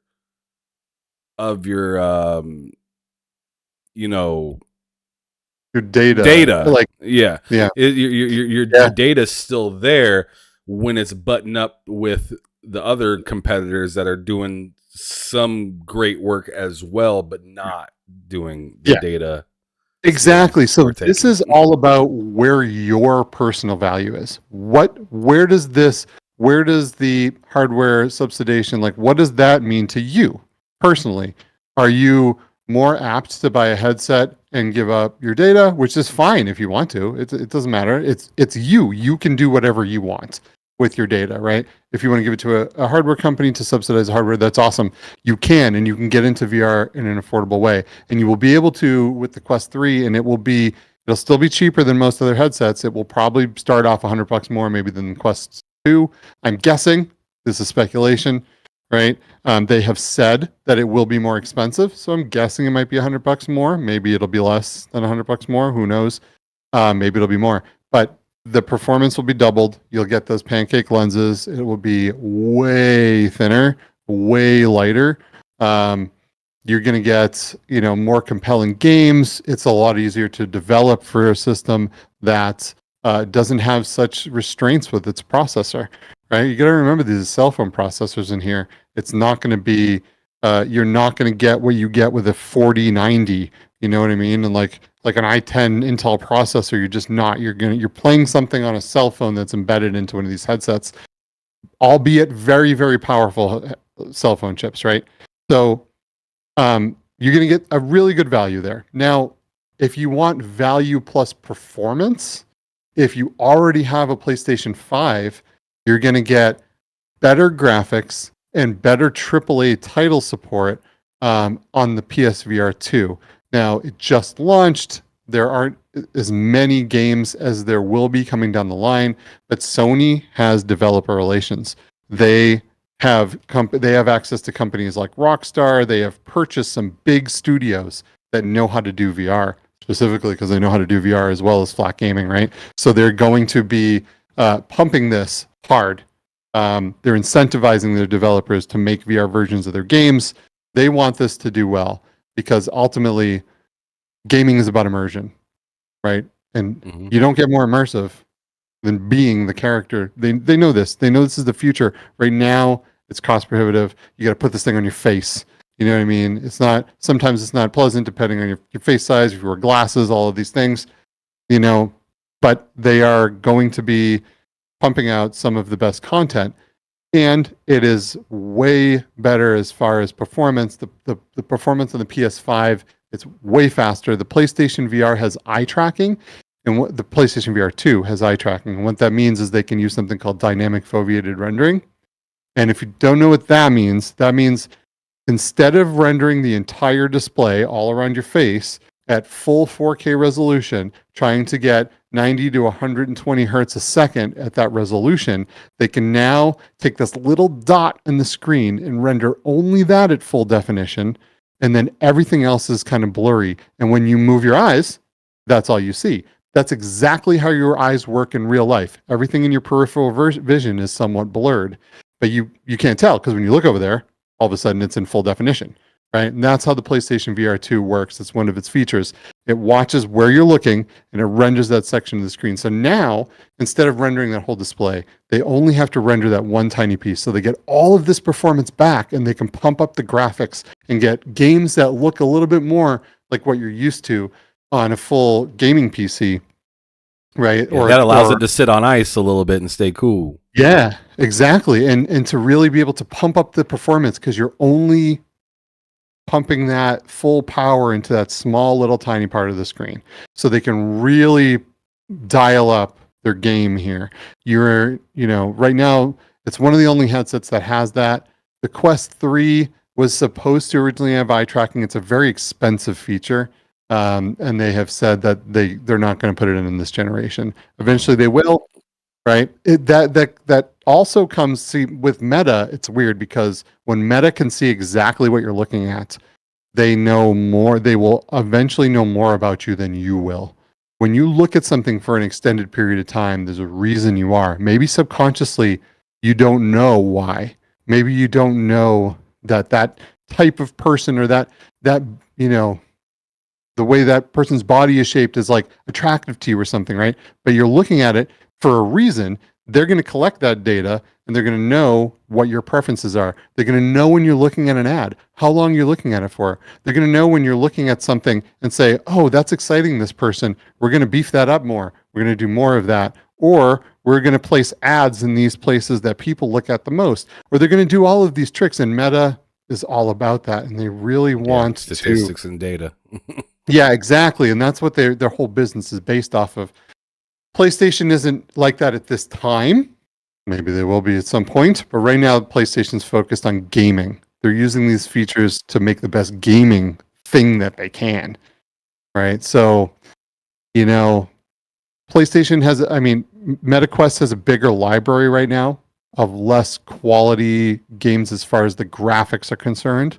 The PlayStation VR 2 is ramping up and it's going to get incredible over time, but it's going to give you probably the best performance for your dollar over what the Quest 2 can give you and probably what the Quest 3 can give you as well. So hard decisions. Those are some hard decisions, and I got another hard decision for you to try to solve real quick. But as we're kind of talking about price points and everything, like you see the PSVR 2 is at like $550, right? About $500, $550, maybe $600 if you get the whole bundle or something like that with the Horizon game. And then you were talking about price for the Quest 3, right? Obviously for the PlayStation VR 2 you need the console, so that's like an extra $500. Yep. Sure, right? Yep. Can you talk about maybe the advantages versus like somebody that already has like let's say somebody already has a PC, Dope PC. Let's go top end. 4090, all the bells and whistles, 32 gigs of RAM, yada yada yada. They already have that. But they do not have a PS5. Right? Mm-hmm. What would you like information and data aside? Okay, so I'm trying to give the Oculus, benefit of the doubt without the whole data mining and stuff like that. Where would you recommend somebody if it was like, PSVR 2 plus the PS5 or like an Oculus Quest Pro or even the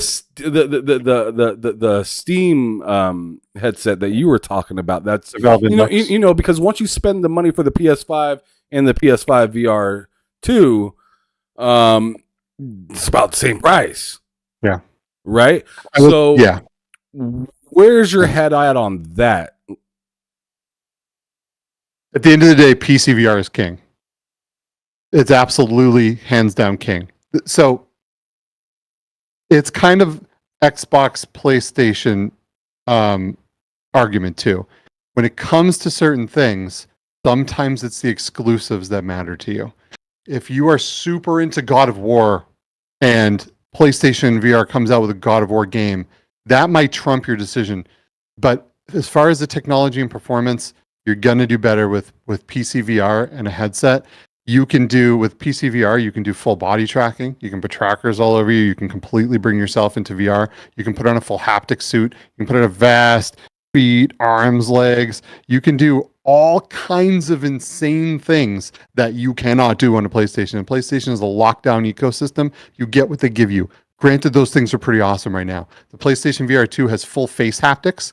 When you get hit in the face, when you're like revving up in a car in Gran Turismo, like you feel the vibration on your face.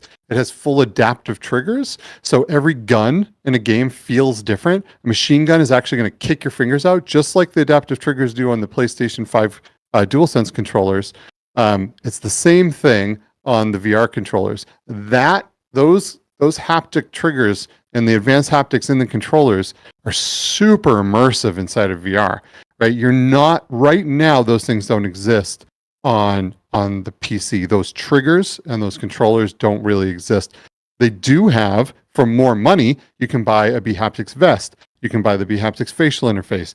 You can like really bring yourself in there. You can feel touch. You can feel getting shot. They have OO suits and Tesla suits. Things where it will if you get shot, it will actually really hurt. Right? And it takes gaming to a whole nother level when you really don't want to get shot because it's going to hurt, right? That's insane. It is. It's nuts the things you can do on PC VR. But have you ever got shot and you were just like, son of a bitch? Yes. Yes. I had a demo where they did this thing where they stabbed you with a knife and then they twisted it. And no! Felt the knife and the sharpness and the sting of the knife going in. It was intense, man. Like you can do crazy, like Ready Player One stuff on a PC. I mean, that reminds me of Matrix when the dude is like laying back in the chair and he's in the thing and like he gets like stabbed or shot and he like coughs and like blood comes out. He's like, yeah. Yeah, that's man. Crazy. If you're a true enthusiast and you want to be able to upgrade and you want to be able to get that next piece of kit or that next thing that's going to bring you further into the Matrix, PC VR is the way to go. If you want those exclusives that Sony is going to work with the developers to get, and you want the use of some of their features, I don't think we're getting Resident Evil 8 on PC VR.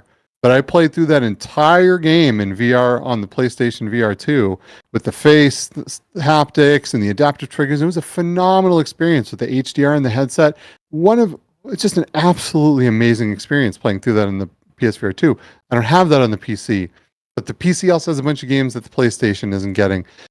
But PlayStation has developer relations. Sony works with devs. They can make things happen as far as the game library is concerned, but immersion, performance, full upgrading your VR experience, there's still no comparison to PC. If you have the extra income, you can go as far as you want to take it with PC VR. Yeah, I mean it's insane. Asa from Game On Daily got the whole like what is it called? Like treadmill, and he plays Skyrim with it and whatnot. And I'm just like, this is insane. This man can turn, walk one way, turn, walk another way.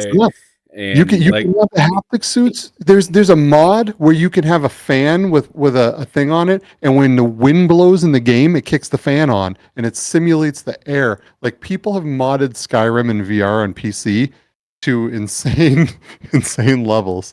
So yeah, I mean, you want in. That's the way to go if you can afford it. Yeah, I was gonna say, it really sounds like the PlayStation VR is like the quality but simplicity version versus the PC version that's like the extravagant premium. Your budget is the only stipulation type of thing. Yeah, exactly. and with PC, you got social experiences. We have things that are very similar to the Ready Player One Oasis right now. Like we have experiences that are very similar to being able to lucidly dream. You know, when you dream and you realize you're dreaming, and then all of a sudden you become like a god. You can fly. You can do anything. All of a sudden you can like do anything because it's not real, right?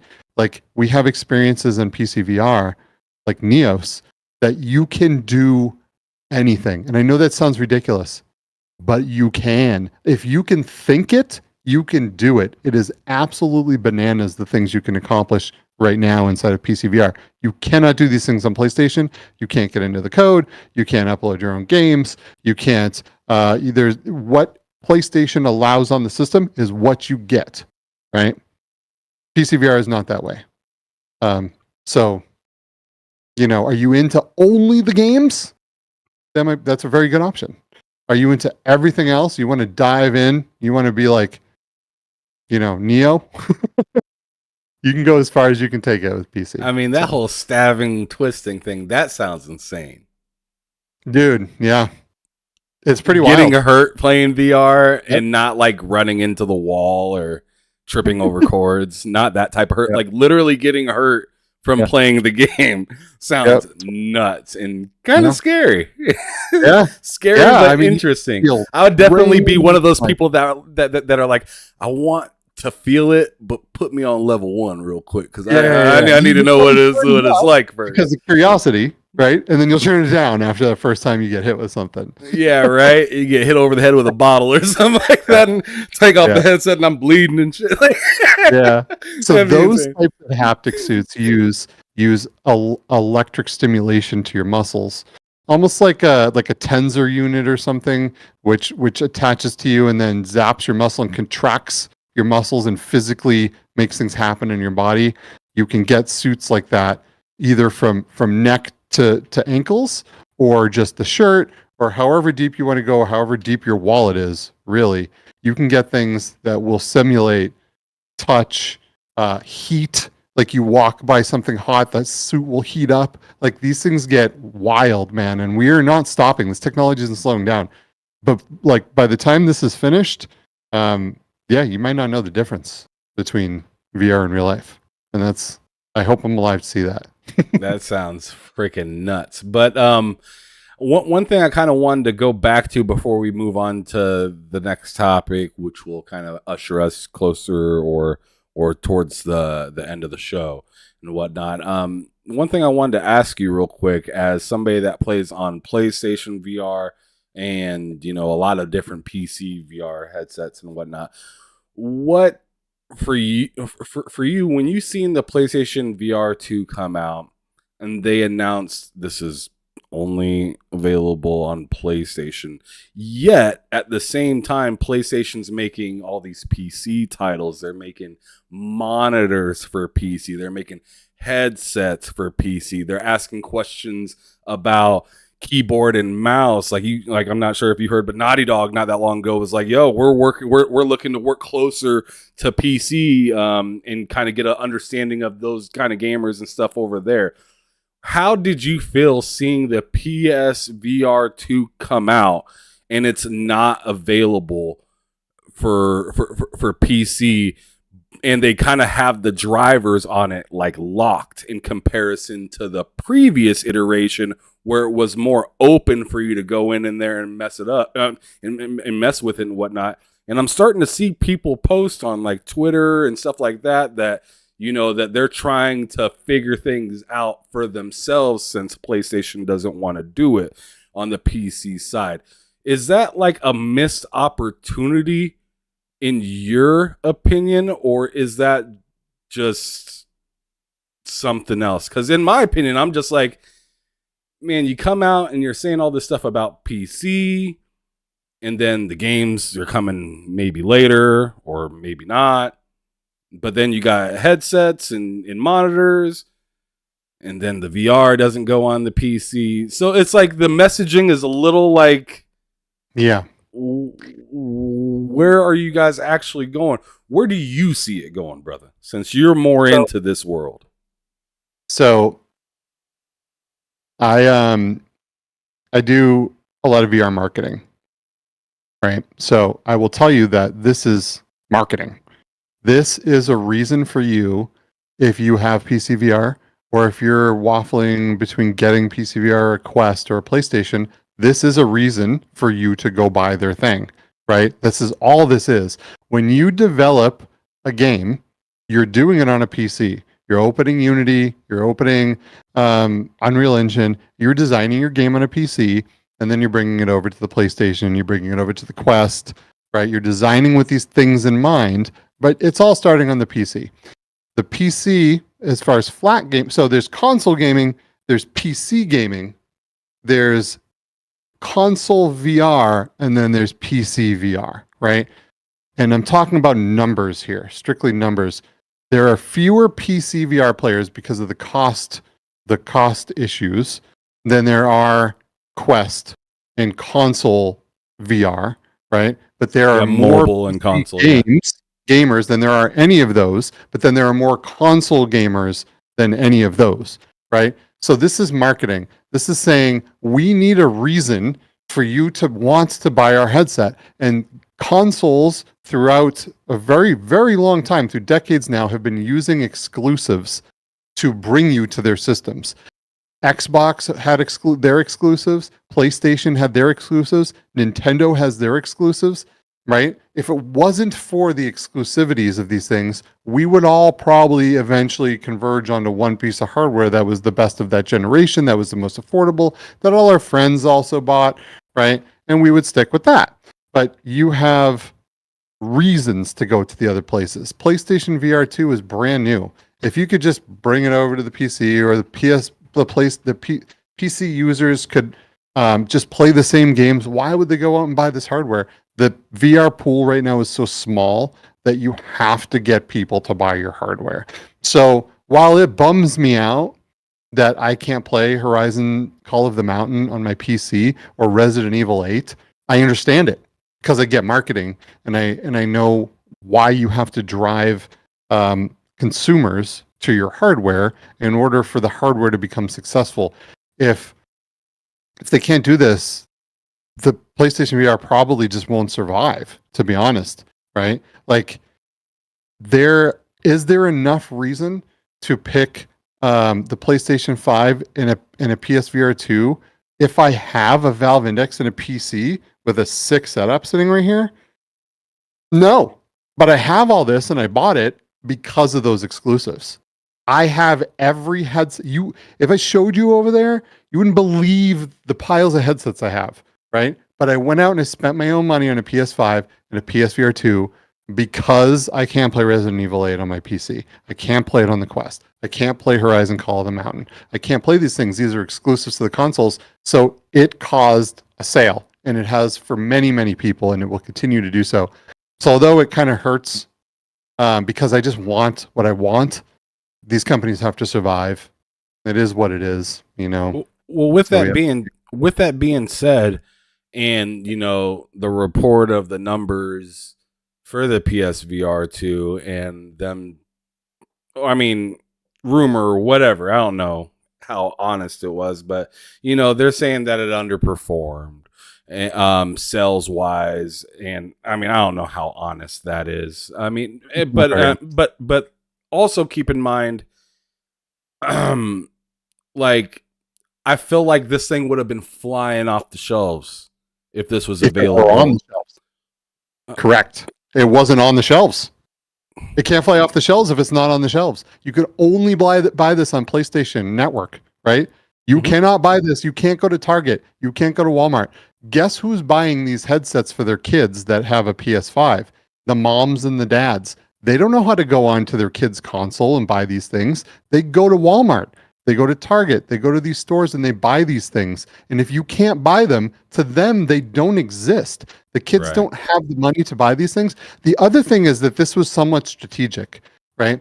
PlayStation 5s, you could not get in a store for years because of COVID and all the things that happen with chip shortages, right? They have been struggling to produce enough PlayStation 5s to meet demand. Scalpers were charging ridiculous prices. People wanted this console and they could not get it. So now they have a new product that also requires circuit boards. It also requires chips and processors. They now have to pull from their other stock and have all these companies slow down in the production of this to produce this, right? That is not smart. They have to get the base of PlayStation 5 out and distributed for anyone to be able to buy the PlayStation VR 2, right? So they had to focus on the PS5's chips. They had to put, their plants had to produce these things because without them, the PSVR 2 is a paperweight. You can't use it on anything else. So we are just now, for the very first time about a month ago, I walked into Target and I saw a PS5 on the shelf. How long has this console been out? Years, right? The PSVR 2 isn't on store shelves yet. And it's because they are trying to ramp up their PS5 base to sell these things. Once they can get enough out there, which they are, they're record sales every month on this console now that they're starting to become available in stores. Because they're available in stores, right? The PSVR 2 is not. They sold in a month close to 300,000 units. And that's only by selling it on the store. This was not bad numbers. This was a bunch of journalists that want you to click on stories. They will say anything to get you to click on something. They are uneducated to this industry and the way that the business behind it works.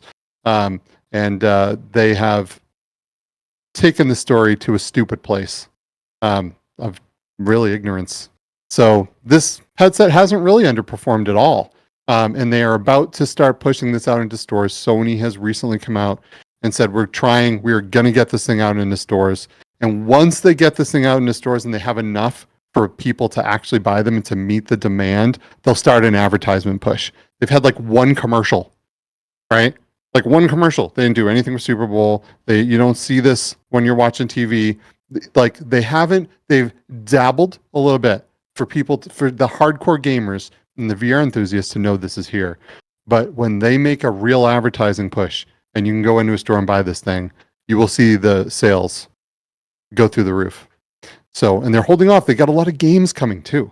There's a lot of things in the pipeline that Sony has. They're not dumb. They know how to market.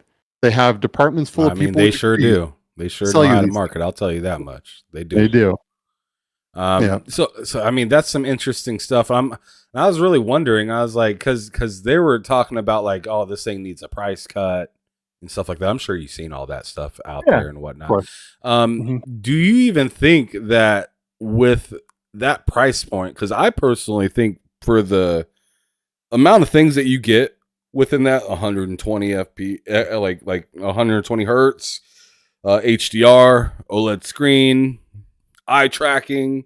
I mean, that's a whole lot of the facial haptics, haptic triggers, all that stuff. And they actually got, like you said, the sticks to move around in it compared to its predecessor.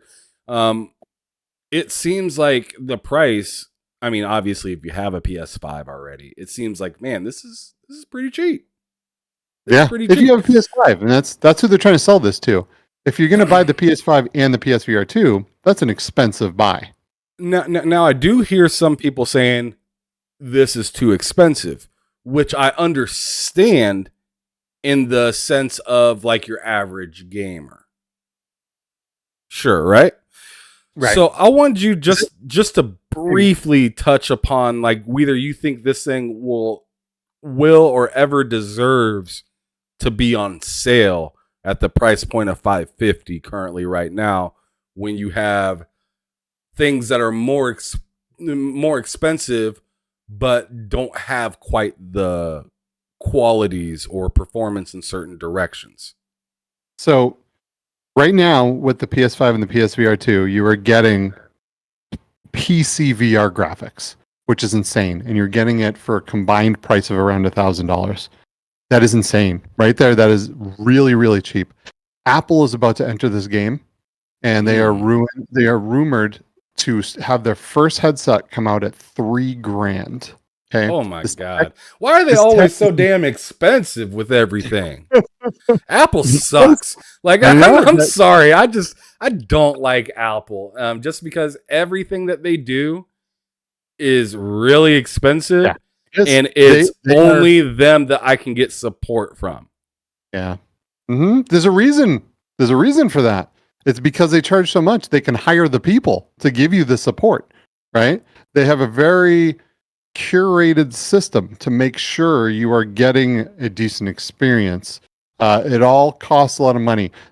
Apple is not subsidizing their hardware. This tech is still very expensive to produce, to make. It's at the very, very early stages of all this. So when you look at the price of the PSVR 2, it's $550. If you take into account the rate of inflation since the PSVR 1, it's actually cheaper than the PSVR 1 was at when that launched at $500, right? With inflation factored in there, it is cheaper, right? So you take that and you look at this with the PS5, and you look at, you're getting like the same, pretty dang close to what you would get with like a 3090 or a 4090 on a PC running an i9 or an i10 with 32 gigs of RAM and a motherboard. You're getting like a $2,000 PC with $1,000 headset performance on a PSVR 2 that's $550 with PS5 that's like $400, right? So you're getting a really good value. They are not selling your data off like Meta is to bring their headset prices down. You are not paying what you're going to pay to get a MacBook and an Apple headset, right? You got to be rich for that. But that sounds like $5,000 right there. Yeah, and now, granted, you're not going to need that because the Apple headset has a MacBook chip inside of it. So, it's going to be a full laptop phone and everything combined, along with really good augmented reality. The Apple headset isn't made to come out and disrupt from sales. The way this works is, and Gabe Newell said this, the founder of Valve as well, is that you need to make the technology that's compelling enough to get people interested. And then you work on bringing the price down. So you got to get the tech there first, and then you sell to those people that have that money, that have the expendable income, that are making more money than they know what to do with.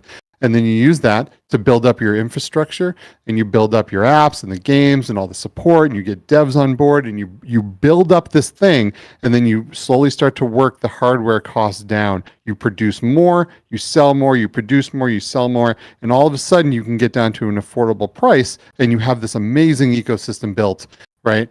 Apple has always been expensive with their stuff. They are pretty much selling a dev kit with this first headset, but it's going to be something not for gaming. This is something for your everyday practical user of computing, someone that wants to be able to see where they're going on a GPS mapped out on the floor in front of them. They want to see holograms in the same house as them. They want to see their text messaging up over here. They want their MacBook display 90 inches here with mini monitors over here, but they don't have room for that in their house. They want to still be able to see their kids, their dog, blah, blah, blah, blah, blah. This is something for practicality, right? This is a completely different market, a completely different price point. But the point here is that this tech is really expensive.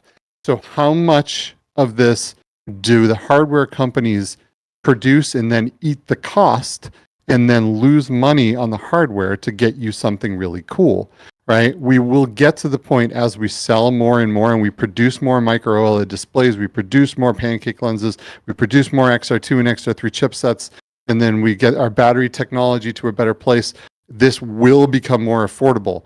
But right now, we are in like the early days of like the PC, when it would cost you, back in the 70s and 80s, if you wanted a PC, you might spend $10,000. It's not like that anymore. You can go out if you really want to right now and get a computer for $600, right? But it took a long time to start the production chains, to start really being able to drive that cost down and to make something compelling enough that enough people wanted it to go out and be able to do that to begin with. So we're going to get there.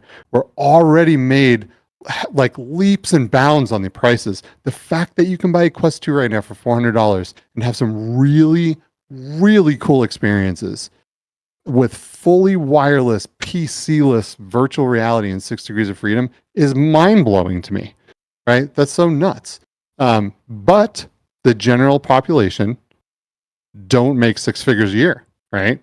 That's a very small amount of the population. So we do have to get that down there to that price. It's all about like, what does this mean to you? How important is this to you? How much do you want to embody the characters of your games, and how much are you willing to spend for that next level experience, right? It's very personal to everybody, and there isn't a really good answer to this. But I do wish that for $100, everyone can go out, put a pair of glasses on like this, and just get the sickest, most compelling experience in the world. We're not there yet. We will over time, but this tech costs money. People will spend $1,000 to $1,500 every year to 2 years on a brand new phone, but the thought of a $550 PlayStation headset is crazy to them, right? It's perspective. Right. Where are you prioritizing your money and your time? Where does that entertainment come in as far as value to you? For me, it's everything. There's like parenthood and virtual reality, right? It's like, this is what I live for. So I'm going to allocate more of my funds to this. I might drive a little less of a nice car or something like that, because now I go home and I explore virtual worlds, and I'm able to go hang out with my friend in China like I'm standing there face to face with them, and go over and go ski boarding on the Alps, like with or snowboarding with my friends on the weekends without ever leaving my house. Like, this stuff is like so much different and so much more profound that it's really hard for me to say that's only worth $400. These things, being able to hang out with people and solidify and strengthen relationships, and being able to hang out with people that I can't afford to get on a plane and go see every week, and to see them face to face or avatar to avatar, and have that sense of presence, be able to reach out and touch them and they can feel it, right? Like, this is all, like, it's hard for me to put a couple $100 price tag on something like this. This is so next level that I think it's a great value.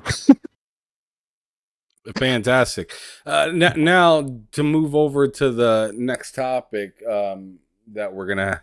I mean, we're kind of pressed for time now. This has been a fantastic conversation, but we've really been hanging out on just like two subjects pretty much the entire show, which is fine, and that's why I send over the questions and I say, what, we might not. I told you before, I'm like, dude, we're podcasters. We talk, I know, who right? knows? Who knows what's gonna happen here? I know. I know, right? Like, I ask long, drawn out questions, and you give me the long, drawn out answer. Yep.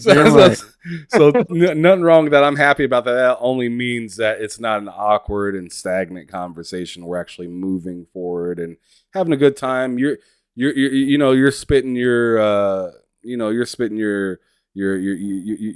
thoughts and facts and ideologies on things, and I'm here to learn about some of this stuff, because as I told you, I'm a novice when it comes to VR gaming. So all of this stuff, I'm like soaking it in, loving it. I mean, you're helping out some people in the chats that were thinking about getting into VR and stuff like that, but haven't actually made the move yet. It is definitely still a niche thing within gaming right now.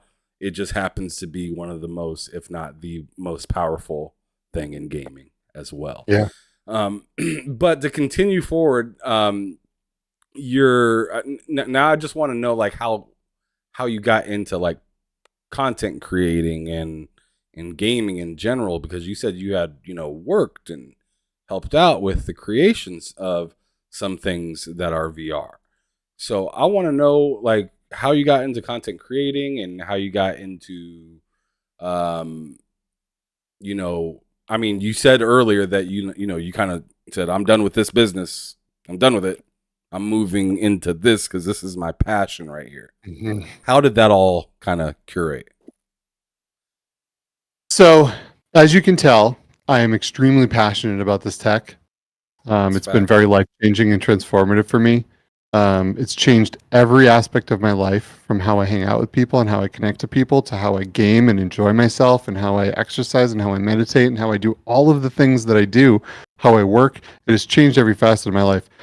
I'm very passionate about it. I also know a lot about the industry. I know a lot of people in the industry. So for me, the content creation came because two things happened. VR took over my life, and I needed an outlet to talk to. VR is so niche that I would go to my friends and I'd spit this out at them and go fire on why I love VR, and these people don't care. You know what I mean? Like their last console might have been the GameCube. Do you know what I mean? And they're like, dude, I don't know what you're talking about. I gotta go take my kid to soccer. I needed a place to be able to pour all of this out, right? So I have a friend named Alex VR, who's also the co-host of Between Realities, and he had a channel when I first met him, just Alex VR, and he had a similar experience in life to where he was bit by the VR bug really hard. He started really changing his whole life because of it too. He started this channel just for the love of gaming and to kind of share his passion with VR.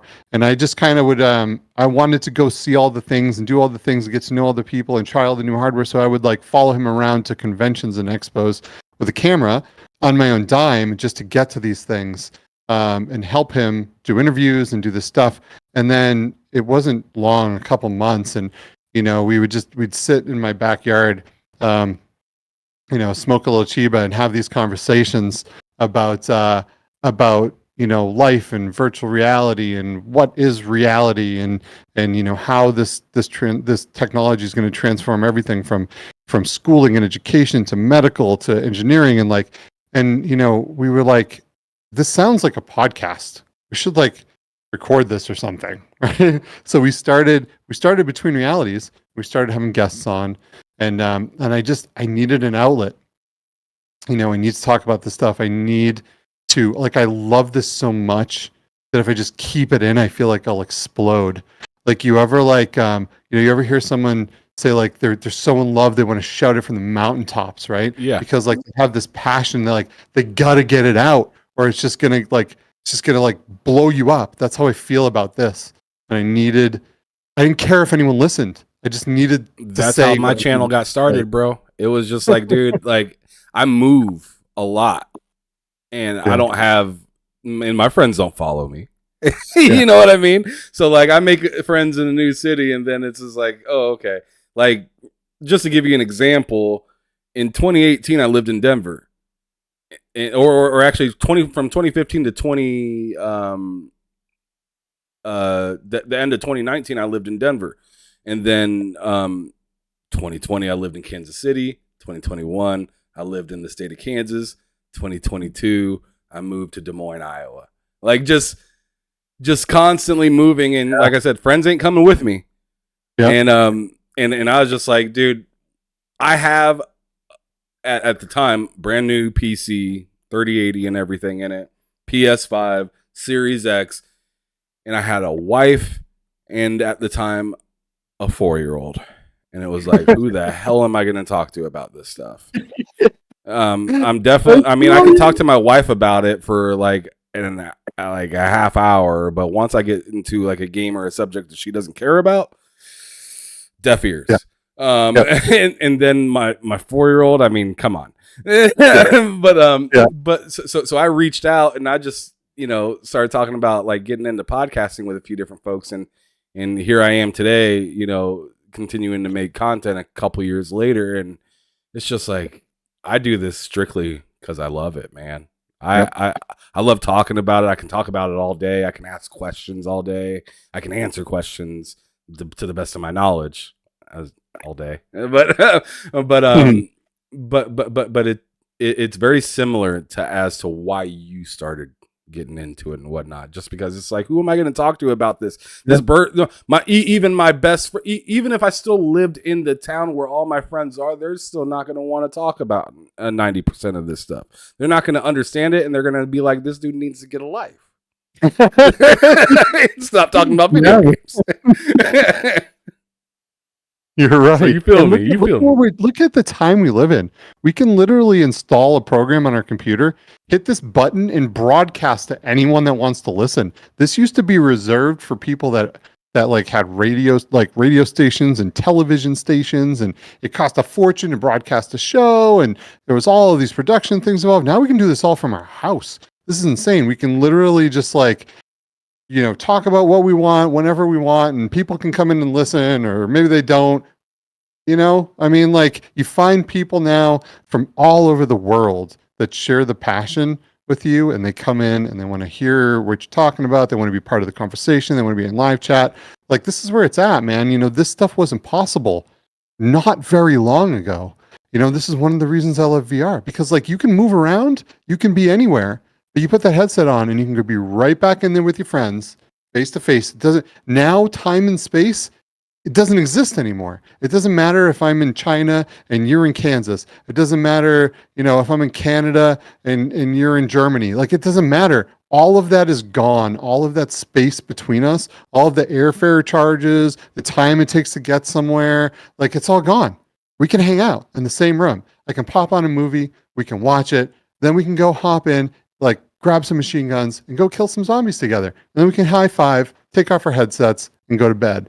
And it's a beautiful thing, dude. It's 2023 and the future's here, and I love it. Yeah, absolutely. You guys, from the data that I picked up, you guys kind of started the channel about a little over 3 years ago. Mm-hmm. Is that right? Yep. So with that, tell me about the growth in the infancy part of getting off of the floor for a concept like this that's still pretty niche. What is that all like for you, brother? It's interesting because I put a lot of work into this, and a podcast. So there's different kinds of content you can do. People typically want to come in, they want to see the gameplay, they want to know, hey, I want to buy this thing. This thing is $40. I have to not buy something else, or maybe only fill my car up half with gas or something, right? Because I want to buy this thing. I need to know about this and make sure I'm making the right decision. So they come in, they watch a review, they watch the stuff. Those things get a lot of views. They get a lot of growth, a lot of traction. In order to really have big numbers on a podcast, you have to cover a lot of different things that are very widespread to a lot of different people. There are very few people that want to listen to someone talk for an hour and a half, 2 hours about anything, right? You have to be obsessed. You have to be on my level wanting to do this, to want to listen to me talk about it for all that time and to do it every week, right? So this type of content is not about the numbers, and it's a very slow growth. And you have to do this, and you have to podcast about specific subjects because you love them and you're truly passionate about them and you want to learn about them, and you need an outlet to talk about it and have these conversations. So we don't have 1 million viewers, right? But I will tell you that the viewers we do have are not little Joey that's buying the game and going to Walmart and bugging his parents for thing. The people we have listening are typically studios, a lot of people from the hardware companies making the tech, all of the enthusiasts and the influencers in the industry. So our audience, if you look at our chat and about the VR, the VR world, it's there's a lot of people of a lot of influence that come and watch our show. So even though our numbers are small, our reach is a little bit bigger than you might think for those types of numbers. But does it really matter anyway? It doesn't, because if no one was watching, I just need to talk about this. Yeah, just need to get it off your chest. Yeah, exactly. So this is it's a hard thing. It takes a lot of work. You know what I mean? To prepare a show, to bring in guests, to schedule people from all over the world and make sure everyone's on time and all this stuff's happening and the technology is working properly and we have stuff to talk about and like it takes a lot of work. Am I going to feed myself off a podcast forever? No, but I will tell you this too, that doing this has allowed me to get into the industry. It's a living, breathing resume of what I know about the industry, my passion for the industry, and my knowledge for it. Along with going out there and going to shows and talking to people and really just diving into this, like you're able to then go in and work in it, right? I didn't have like my background was in tech. I could add in a server, I could do some cloud infrastructure for you, but what do I know about VR gaming that I can implement in your company? Can I go open Unity and design a game for you? No, but I can bring certain other things. So doing this has also afforded me the opportunity to be able to get into the industry and do the work that I love and to get to know and hang out with the people that make the things that I love and to hang out with the companies and be able to consult with these people and like give input on the games. And then these games get changed before they hit the market so they get better reception. And like, it's pretty wild, right? To be able to do some of these things and have like, to be on the ground floor of an industry as it's really starting to sprout. So the content creation game for me is an outlet. It's a slow growth numbers wise, but it has given me everything that I've ever wanted. I get every game for free. Like I don't even ask for them. They just show up. You know what I mean? Like that's amazing. I get headsets at my door. I have conversations, like I get to like, I kept telling you about like the Lawnmower Man. I get to like that movie, like did this thing to me where I like became obsessed with this tech. Like I get to hang out with the dude who wrote and directed that movie, like all of this crazy stuff that my life would have never seen if I didn't just hit the go live button on OBS and just start talking about what I'm passionate about. I wouldn't be working in this field. I wouldn't have any of these contacts. I wouldn't be doing any of the things that I love. And for that, I'm eternally grateful. And it is all worth every bit of time and all the passion that I put into it. Yeah, absolutely. Mishi in the chat says, I can appreciate dude's passion. Yeah, I mean, you can see it.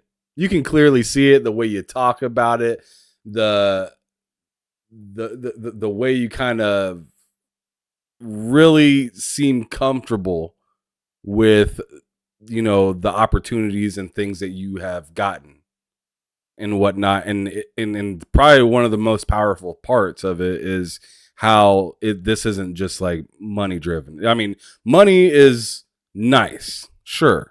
Nice. I mean, if somebody says they'll give you some money, it's like okay, yeah, but it's just like being able to know that some of these people within the industry, they're inviting you to things. They're giving you products that you didn't beg or ask for. To me, that's more powerful than a $10 super chat or even a $300, $400 super chat or something like that. This is real rapport compared to, I just got something to tell you real quick for a couple dollars. Of course. When you love something and you want to help it grow, you should do so in any way that you can. I'm not a developer. I cannot go make the next best game, but what I do have is a lifetime of gaming experience, and I know everything that has ever been said about any kind of VR thing. I know everything that's ever been written about how all this stuff works. So I do have things to offer, and you have to find that place to contribute towards your passion.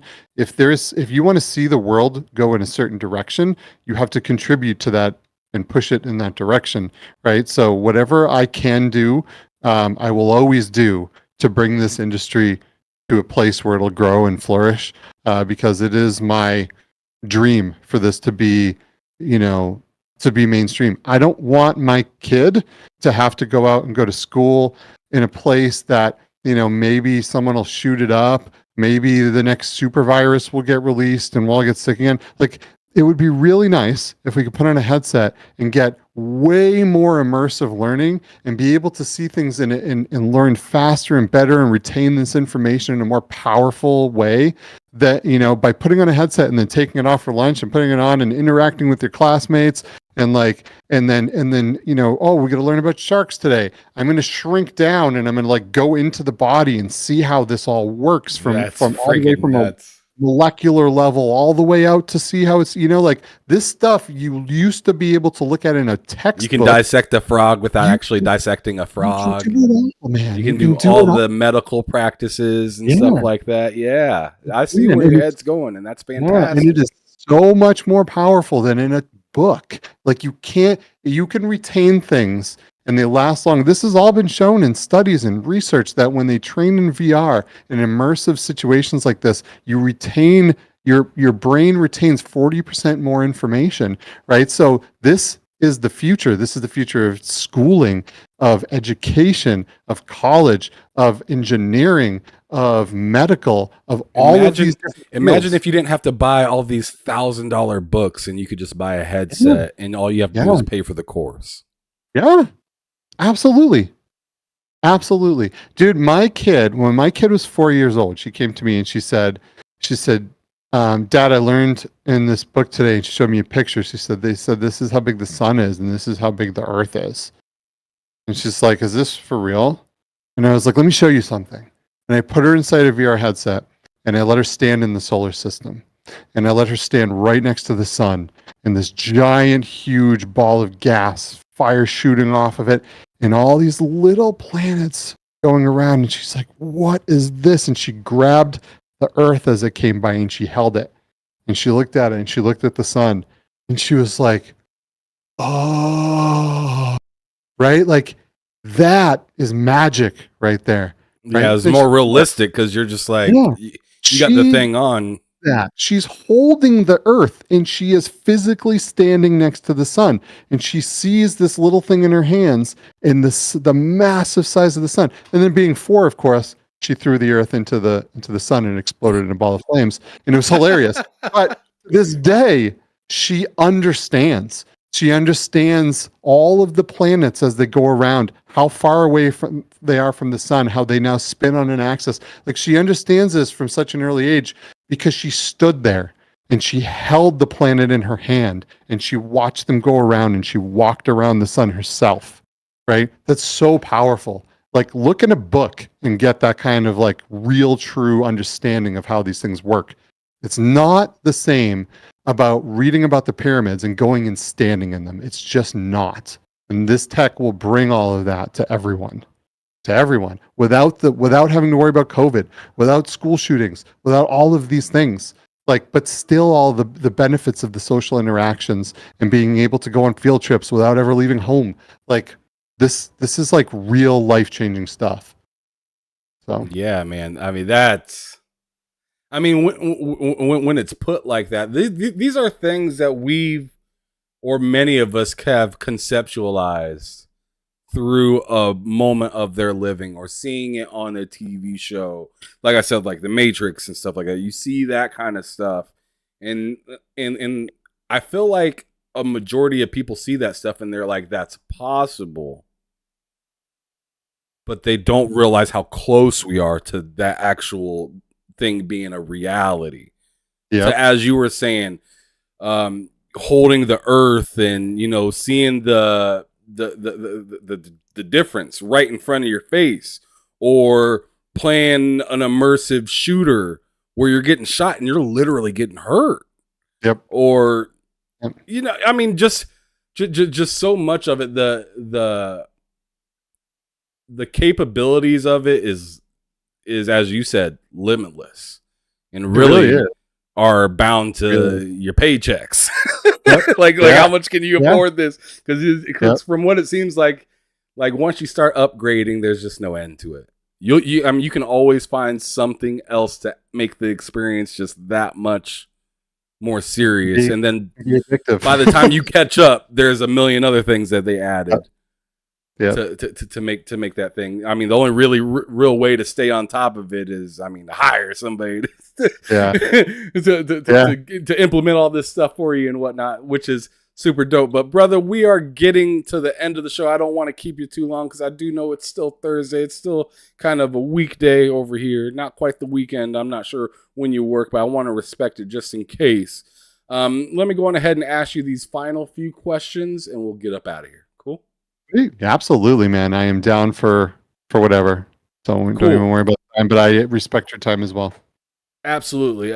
One of the things I wanted to do before we bounce up out of this topic real quick is and this is a kind of a new thing I've been doing as of late, but I want you to shout out some of the people or the people that have really been on the wagon with you and helping you push this, proverbial wagon up the hill and get you to the spot that you're at to where you feel like you're kind of coasting, chilling, and having a good time. Absolutely. So, I got to give Alex VR a shout out, the co-host of Between Realities. I got to give my partners, Eric Masher and Jasmine, the co-founders of Impact Reality, a huge shout out. We work really hard every day, all day, to push VR as far as we can and to make it everything we want it to be. I want to, shout out my daughter for giving me the power to get through really hard times in life.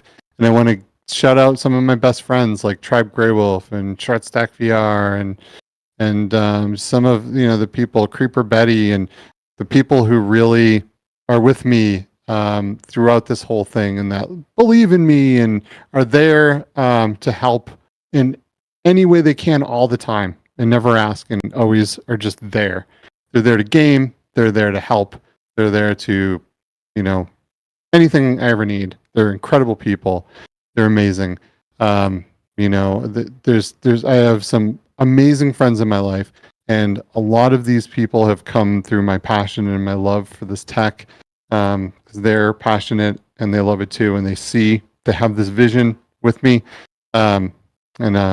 it's really, this tech has really brought us all together, and so love them all. Fantastic shout out, brother. But moving on to just a few of the tidbit questions that I have before we hit the end of the show. As of now, what would you say your favorite studio is that makes games, and what game best represents them? So I kind of have two right now. I have, because of my history of gaming from the time I was younger in the games that they have made to what they're still doing right now, is Valve, right? It's number one. Half-Life has always been a big part of my life. I've played every Half-Life game on release day and have played them all numerous times all the way through. And Valve has been there with the Half-Life series to always innovate and move gaming forward. And the games are great, the characters are great, the mechanics are great, the storylines are great. Mad respect to them. I love them.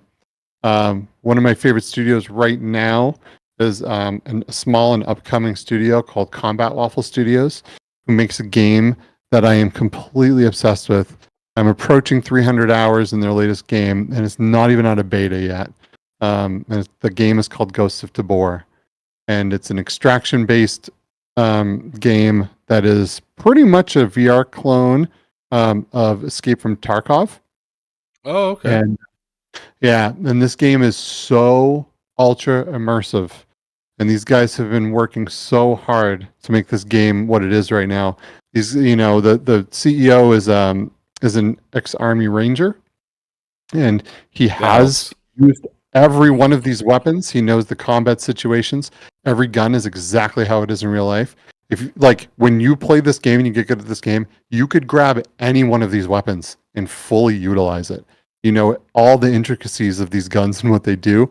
This game, you have to open the ammo boxes, take each individual bullet out, put them in the clip. You're not just grabbing clips in the heat of battle. If you didn't preload the clips before you got into that raid, you're screwed, right? You're hiding in a tree, trying to get more bullets in there. If you even brought bullets with you, they don't just come out of air. You got to craft the ammo. You got to make it. You got to bring it with you, preload magazines. You got to get in there, you got to find guns, and you have to survive and get out, or you lose everything you went in with. You might spend months trying to get like certain weapons, and you go in there and you have one bad game. Someone pops you in the face. It's gone. Too bad. So sad. Right. But like a game Reminds that me of has Ark. yeah. Yeah. Very much. It's real consequences in an extremely realistic raid-based combat simulator that has me so incredibly hooked. And these guys have been working tirelessly to make this game happen, and it's absolutely phenomenal. So yeah, there's a big mega studio with something that has kept me going in gaming from the beginning to the game that currently has me enthralled, and the awesome team that's behind it, passionately working to make something so cool. All right, and I've asked you this, or no, I haven't asked you this, but you told me that you weren't sure about this question, but I'm here to ask it again, and or ask it here live. What game are you most excited for looking into the future? Man, this is a really hard one because I have my finger on the pulse of all of these things that are happening, and it's like there's two games. First of all, I just told you about Ghost of Tabor and how much time and how I'm completely obsessed with this game. Like I wake up, like I've dreamt about this game all night when I'm sleeping, and then I wake up thinking I just got out of a raid, right? So when this game officially releases and has all these new maps, and like I am so incredibly stoked for Ghost of Tabor to get its final release, or not even final release, to hit its actual release. We put it onto the stores and have all of these new features and all of the things that are coming. I'm very excited to see that. So very much highly anticipating that. As far as a flat game, I'll go into standard gaming here. The game I think that has me the most excited, not in VR right now, is Unrecord. I don't know if you've seen this. Oh yes, I have. That's the game where you're like where you're wearing like a body cam. Yeah, it looks like it looks like actual real life body cam footage. It is the most realistic game we've ever seen as far as graphics is concerned. And I told you earlier, I'm a little bit of a graphics whore, right? But I love like getting to this realism place. And this game looks leaps and bounds, not even a little better than every other game as far as its realism.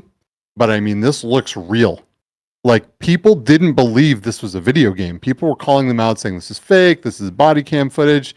But this is an Unreal 5 game, and man, does it look insane. It's already been modded to VR, so I am very actually excited to get in there in virtual reality as well.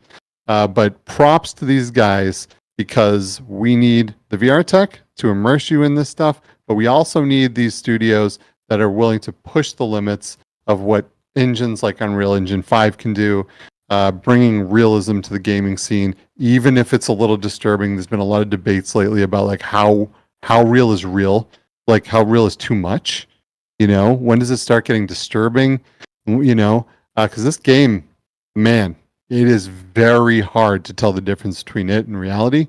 So I'm stoked to see where it goes. I'm excited to see where the studio goes, future iterations of the game, to actually see how it's perceived when it does release in its full form, and to get in there in VR as well. So excited for that. Fantastic. So I usually ask this question the normal way, but I'm gonna kind of make it a little different just because of who you are and whatnot. So I'm gonna ask you this: if you were to revive two games that were not in like the last generation and make them like AAA titles. But the difference between this question for you and others is this has to be VR titles. So, so what I want you to do is I want you to tell me what games that are not in VR that are super duper dope games that you loved that you would like to see become in VR, and that would knock your socks off. Old IPs that are dead currently. Use those. So.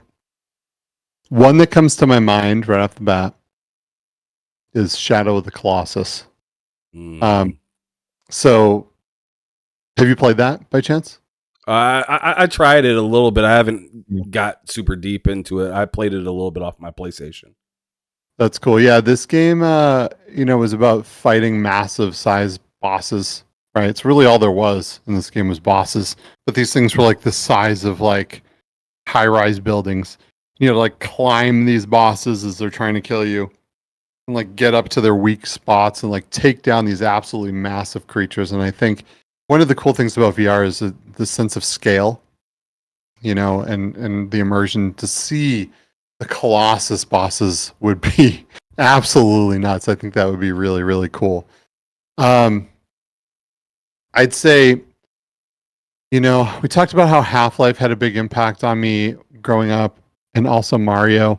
But I will say that the multiplayer game that had the biggest impact on my life, that I sunk the most hours into when I was younger, is Unreal Tournament.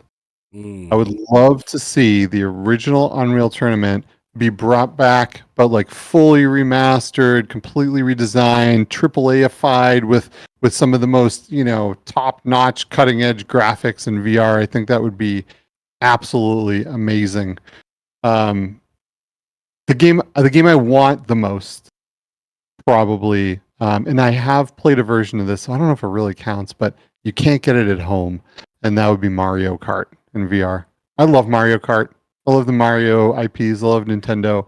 I want to be able to sit in a Mario Kart and actually grab a shell and throw it. And now there are, so I don't know if it counts, right? Because Nintendo and another company, I think it was Bandai Namco, I can't remember, teamed up and they made a Mario Kart experience, but you have to go on location to play it. I went to California to play this game, and it was phenomenal. It was phenomenal, but you get like, you sit in a little motion rig. There's fans that blow on you. The thing shakes. You're actually grabbing the shells. You're whipping them at your friends as they go by. And it was an amazing experience. I want that for a home VR game. So I don't know if that really counts, but I'm going to throw it in there anyway. Fair enough. And then the last question here is a 2-part question. The first one would be, what frustrates you in gaming, if anything at all? So this could be community-based, this could be development-based, this could be just whatever in gaming frustrates you. What would you think that would be? So I'm going to say that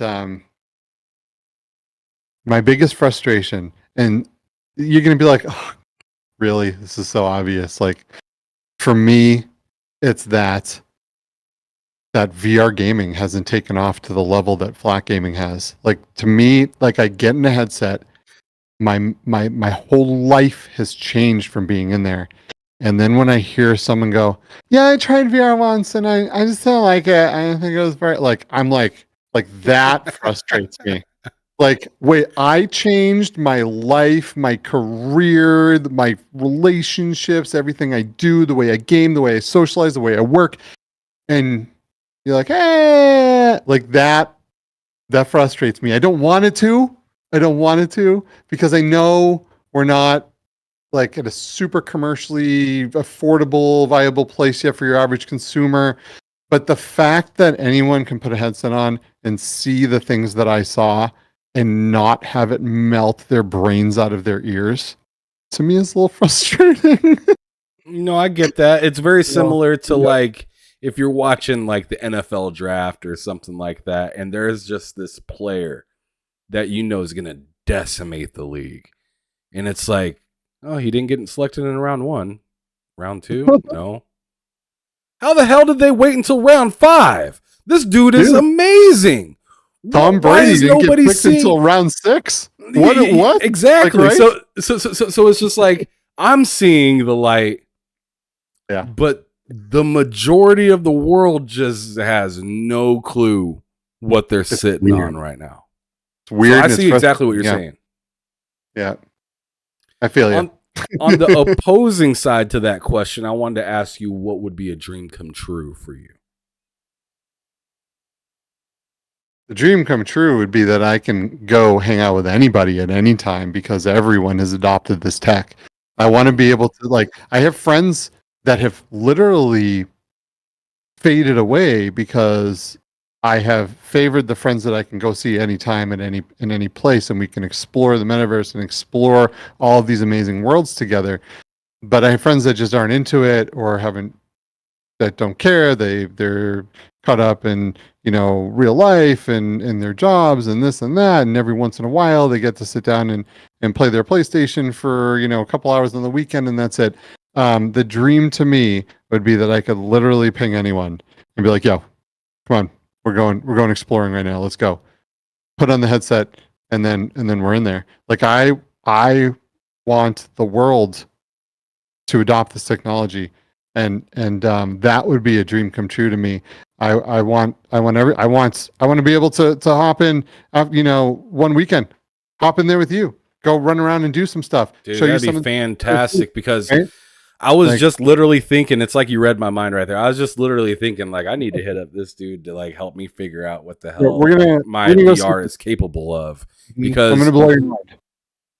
I mean, because I'd absolutely adore that, because I have my VR and I think that I've maybe got like a fraction of 1% of what the thing could do. The craziest thing that I've done with it so far, which was impressive, was somehow match my specs properly, in my opinion, to Microsoft Flight Simulator and sit and play it wirelessly.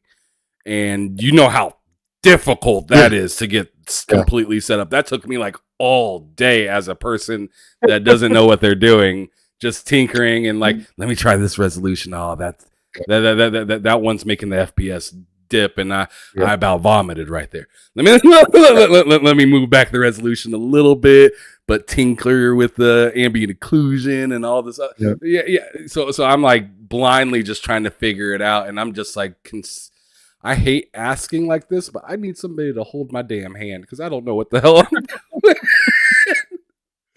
I just put the thing on and hope for the best. That game's hard to get 30 frames a second on a flat screen. You know what I'm saying? You now have to like encompass someone's entire view, be able to track all the way and sixth off, run that thing at 90 frames a second. Like, that game is a beast. It is a beast, So it took me all a tough one. Day to figure it out. That's a tough one. I have spent more money upgrading my PC trying to get more performance out of No Man's Sky in VR than I care to even admit. That's one of those games that, like, if I could spend another like $2,000 right now and get perfect performance for that one game, I probably would. Like, growing up, I was always like, man, wouldn't it be sick if I could just have my own spaceship, just take off, just go cruise the solar system, just go check out other planets, don't worry about anybody else, get away from all this. And like, now I can. It's just like that game takes a lot to run at, like, in VR. It just takes a lot, right? And I just continually dump money in my machine to try to get the best performing No Man's Sky that I possibly can. Which is insane, because that game isn't huge in file size. It's a tiny little game, but to get all that performance out of it seems like a pretty petty. But we are gonna go on ahead and hit that exit. So I'd like to tell you, brother, Skeeva, it was an absolute pleasure having you here. I learned a crap ton of stuff, and I hope to continue to learn some stuff from you as well, because you are a very knowledgeable brother when it comes to VR. I mean, goodness gracious. When I invited you here, I was like, I'm sure he's got some really cool stuff, but man, I didn't expect this. I did not expect this. Man. What up, Brisket? I see you in the chat. But yeah, thanks man. I appreciate it. I appreciate you letting me come on here and like just vomit all my VR passion. It can be a lot to take in, and I just like spew it everywhere, and I do apologize for that, but I'm glad you were here to listen, and that your audience was here and got to hang out, and that you enjoyed it, because it's been a really good time talking to you, and this was a very good experience. I appreciate the invite. Oh man, I'm gonna tell you, brother, this is one of my favorite episodes, not just because the conversation was good, but it gave me an opportunity to learn a bunch of stuff that I didn't know, see things from a different perspective and angle that me as a flat screen gamer pretty much didn't know, or possibly just looked right over and whatnot. So hopefully everything was good for you. It was fantastic for me. Hopefully my questions weren't too crazy, but I mean, I think it felt right. Good one. Absolutely, man. Good Absolutely. one. You're great. Appreciate it. Absolutely. And then with that being said, I want you to go on ahead and just one more time let everybody know where they can find you to continue to figure out all this fantastic knowledge that you got within VR. Absolutely. Yeah, you can find me on youtube.com/Between Realities, or you can hit me up on Twitter at Skeeva. I share a lot there. I share my thoughts there a lot, retweet and send things about the industry. And if you kind of want to see what's happening and where VR is going, definitely follow me on Twitter at Skeeva. Any of the platforms that hold podcasts, you can get Between Realities on. Come say hi. Shoot me a DM, Definitely. Yeah, I mean, that's all I did to holler at him to get him on today. I mean, he's very, very easy to talk to and whatnot, easy to work with. So if you guys have any questions for him, I highly recommend hitting him up, especially VR questions. He'll be happy to answer you with those. 100% sure. But last thing I'm going to have you do before we get out of here is I'm going to ask you to describe gaming in just 3 words. Oh, 3 words. Immersion, passion, and entertaining. Transformative. Maybe transformative. Let's go. All right. Immersive, transformative, and amazing. And is that what you said? Yeah, let's go with that. All right.